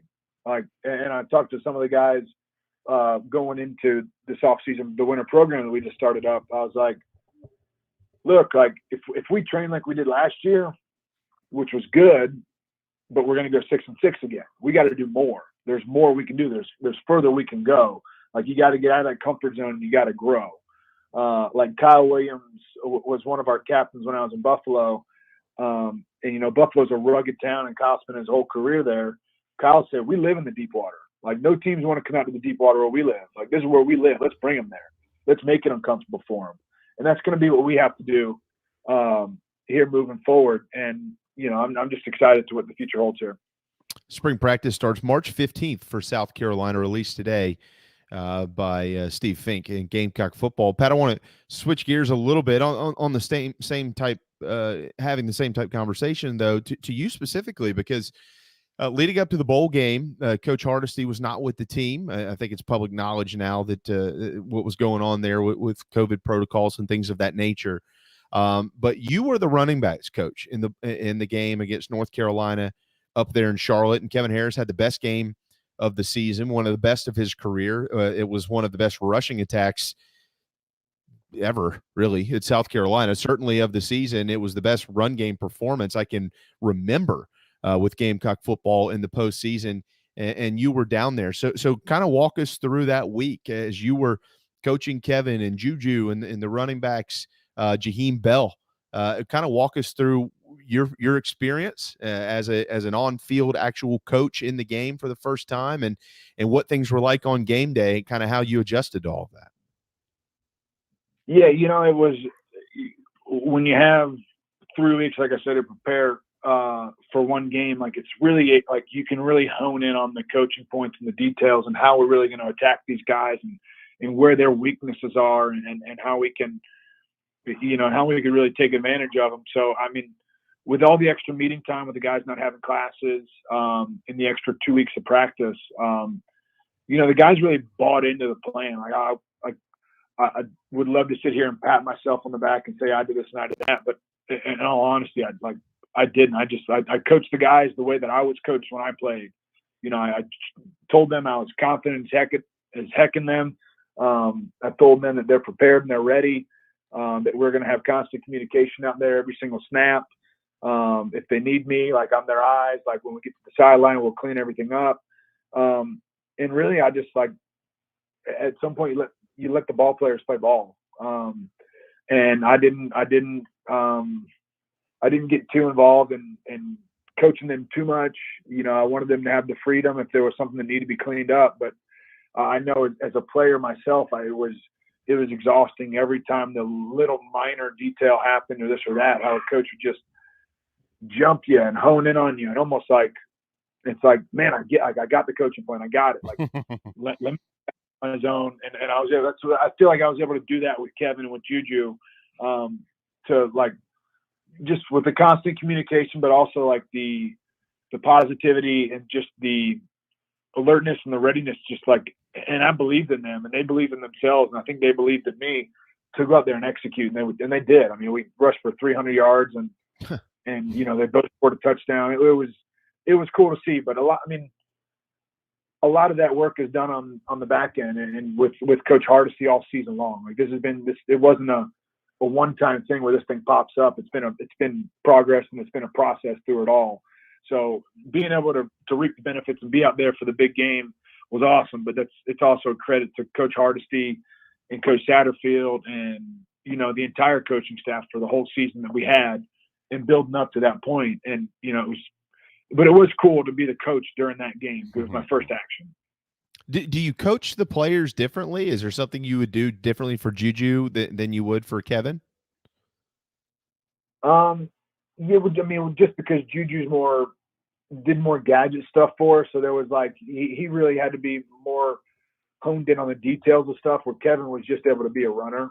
And you when you get to the sideline and we have our first 3 or 4 plays, or the plays we're thinking at starting on, you give them a coaching point here or there on each of the plays. But when you got talented players, you don't have to hold their hands, and that's the beauty in having guys like Kevin Harris and Juju and Z White all season, and Marshawn Lloyd when he was out last game with a hamstring injury, but he was ready to roll. He had probably his 2 best weeks of practice going into it, which stunk for him that he wasn't able to play. But when you got guys that you believe in and they believe in you, then the coaching part's pretty easy. How about Shane, Pat, and what you've watched him do? I mean, obviously you've known Shane for years, since you were a player at Carolina. So that's 15 plus years or so. I hate to age you, but sorry, pal. That's the reality of things these days. You've watched him grow as a head coach in his first year. What has he meant to you now that you're in the profession, just starting where he was at one point in time in his career? And what do you think his largest impact has been as one of his peers, as a coach on that staff, watching him day to day? How has he impacted the program the most from the inside out? Well, just everything that he embodies is just what it's all about. Sorry, my 3-year-old daughter's screaming from the other room. This sounds like Pat. You know how it sounds like the Flint house. Yeah, no, just everything that he embodies, like the love, gratitude, positive energy, competition, all the things that he talks about in all these team meetings and the press conferences. That's what he's about day in and day out. So it's no surprise seeing him after the game and the love he has for the players that we got, the love he has for the coaches we got. This program, the foundation of it is built on love and loving your brother. It's been so cool to see his growth from my time here, where he was, he worked on the defensive side of the ball. He was with the DBs and then with the Spurs, and he was also a special teams guy. And then following his career, because I stayed in touch with him when I was playing in the NFL. When he was at Virginia Tech and Georgia and Oklahoma, he's coached every side of the ball. He knows all facets of the game. He's just a bundle of knowledge. And, you know, I mean, he sits in on meetings. He sits on the special teams meeting. He sits on our offense installs. And, like, he's, you know, you never, like, just because he's a head coach, he doesn't get away from coaching. Like, he's always giving coaching points and pointers here and there, and he's helping out with, you know, whether it be the offensive line or the quarterback's reads, or like he always has just snidbits and coaching points, you know, to make this team better. And he's done that. And I think I said it earlier, but the biggest thing with him is just how much confidence he gives to the guys and the coaches and the love that he shares. Like, he was the same way when I was here, when I was his PP on punt protection. Like, when Gerard Mayo was screaming down the A gap on punt pressure, like, I stuck my nose in there because I believed in him and I believed in his system and everything about it. And I want to run through a wall for him when I was playing. And it's the same way now as a coach. So, I mean, he's still the Shane Beamer that was my special teams coordinator here. Now he just has a much cooler title and he has a lot more responsibilities. But he's still the same old, you know, just genuine person, and, you know, just someone who's great to have around. He's a great mentor, a great leader. You know, it's just been so cool my first year coaching to be under him and a person that, you know, I know embodies all the right stuff. You know, like I want my coaching career to kind of traject towards his, like, in kind of the way he has. And moving forward, I'm going to always keep all of his aspects and his, I guess the characteristics of this program. I'm going to carry those along with me for a long time. By that timeline, you're the 2037 head football coach at the University of South Carolina. So just don't be pretty cool. Don't forget about me, man. I'm still going to be here, probably in this little camera. Pat, we're set to let you run here. We're going to talk to him about a lot of stuff over the next forever, how long he can do it. Every couple of weeks, we're going to have Pat on. We'll talk about specific players and scheme and things of that nature. But I do have two more quick ones I want to throw at you. I thought about this just a few minutes ago, and I have to ask you about Jaheim Bell. When you see Jaheim Bell, what do you played in the NFL for over 10 years, man? What do you see when you see Jaheim Bell? Yeah. I mean, he's a freak. Yeah. I mean, we knew it going forward. It was just literally about trying to find his niche.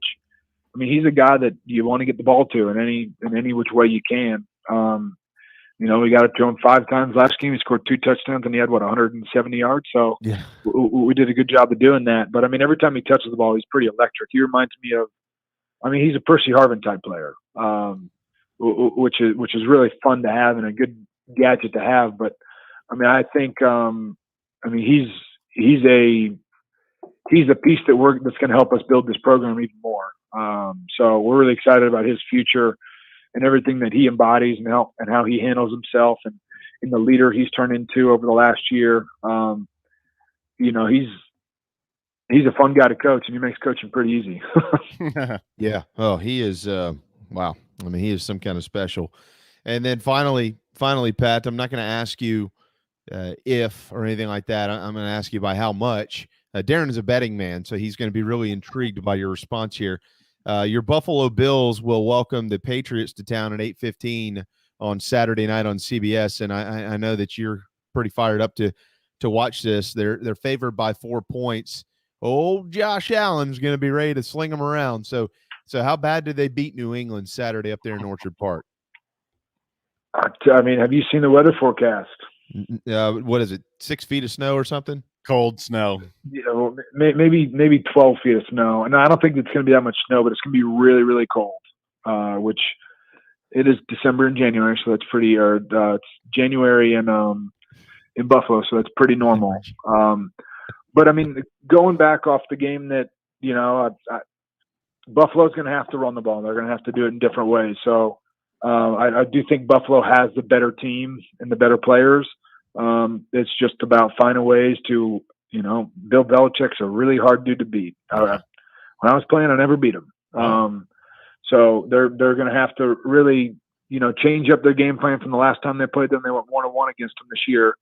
So they're going to have to, you know, have to be pretty strategic and close out the game, because a Bill Belichick football team is never out of the game. I didn't get much help. Sorry about that. No, you did, because I did pull up the weather forecast. Yes, Saturday night in Buffalo, it is going to be right around 5 degrees at kickoff. Sweet. Yeah, well, that's nothing for Josh Allen, dude. He played at Wyoming. Buffalo, when you spend time in Buffalo, you understand that 5 degrees, but the wind's always blowing 12 miles an hour there, so it's going to probably feel like -10. Buffalo was so smart when they drafted Josh Allen, not just because he can play and he's one of the best quarterbacks in the league, but he played at Wyoming. And I know in the ballpark in which he played, where it's never above about 5 degrees and it's always blowing about 20 miles an hour. This is nothing for him. He's fine. And he's a giant. Yes. Josh Allen, if he ever leaves Buffalo, Pat, he's going to look to sign somewhere in like California or Florida. I don't see it much outside of that. Yep. It's going to take a couple years from the thaw out from his time in Buffalo. That's right. Exactly. Hey, dude. Hey, great stuff, man. Really appreciate it. And certainly in the next couple of weeks, we're going to have you back again, and we'll continue to talk ball. And like I said, we're going to pick your brain so we can learn as much football as we can. So when everybody's in the bleachers next year screaming, they actually know what the hell they're talking about when they're screaming at players and coaches and things of that nature. Hopefully you can educate us all around here. But very happy for you, as you know, and your wife and your children. Happy New Year. And great to catch up today. Great stuff. Thank you so much. Yep. Thank you, guys. Looking forward to next time.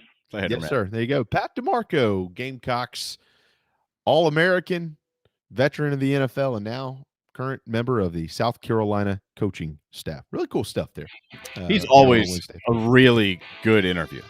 I mean, you can tell what he's kind of trying to learn on the coaching side, but every time we talk to him, there's a lot of thought and processing that goes into his answers. He's a very good interview. Yeah. I mean, as you well know, we're not the first people to ever interview him. No.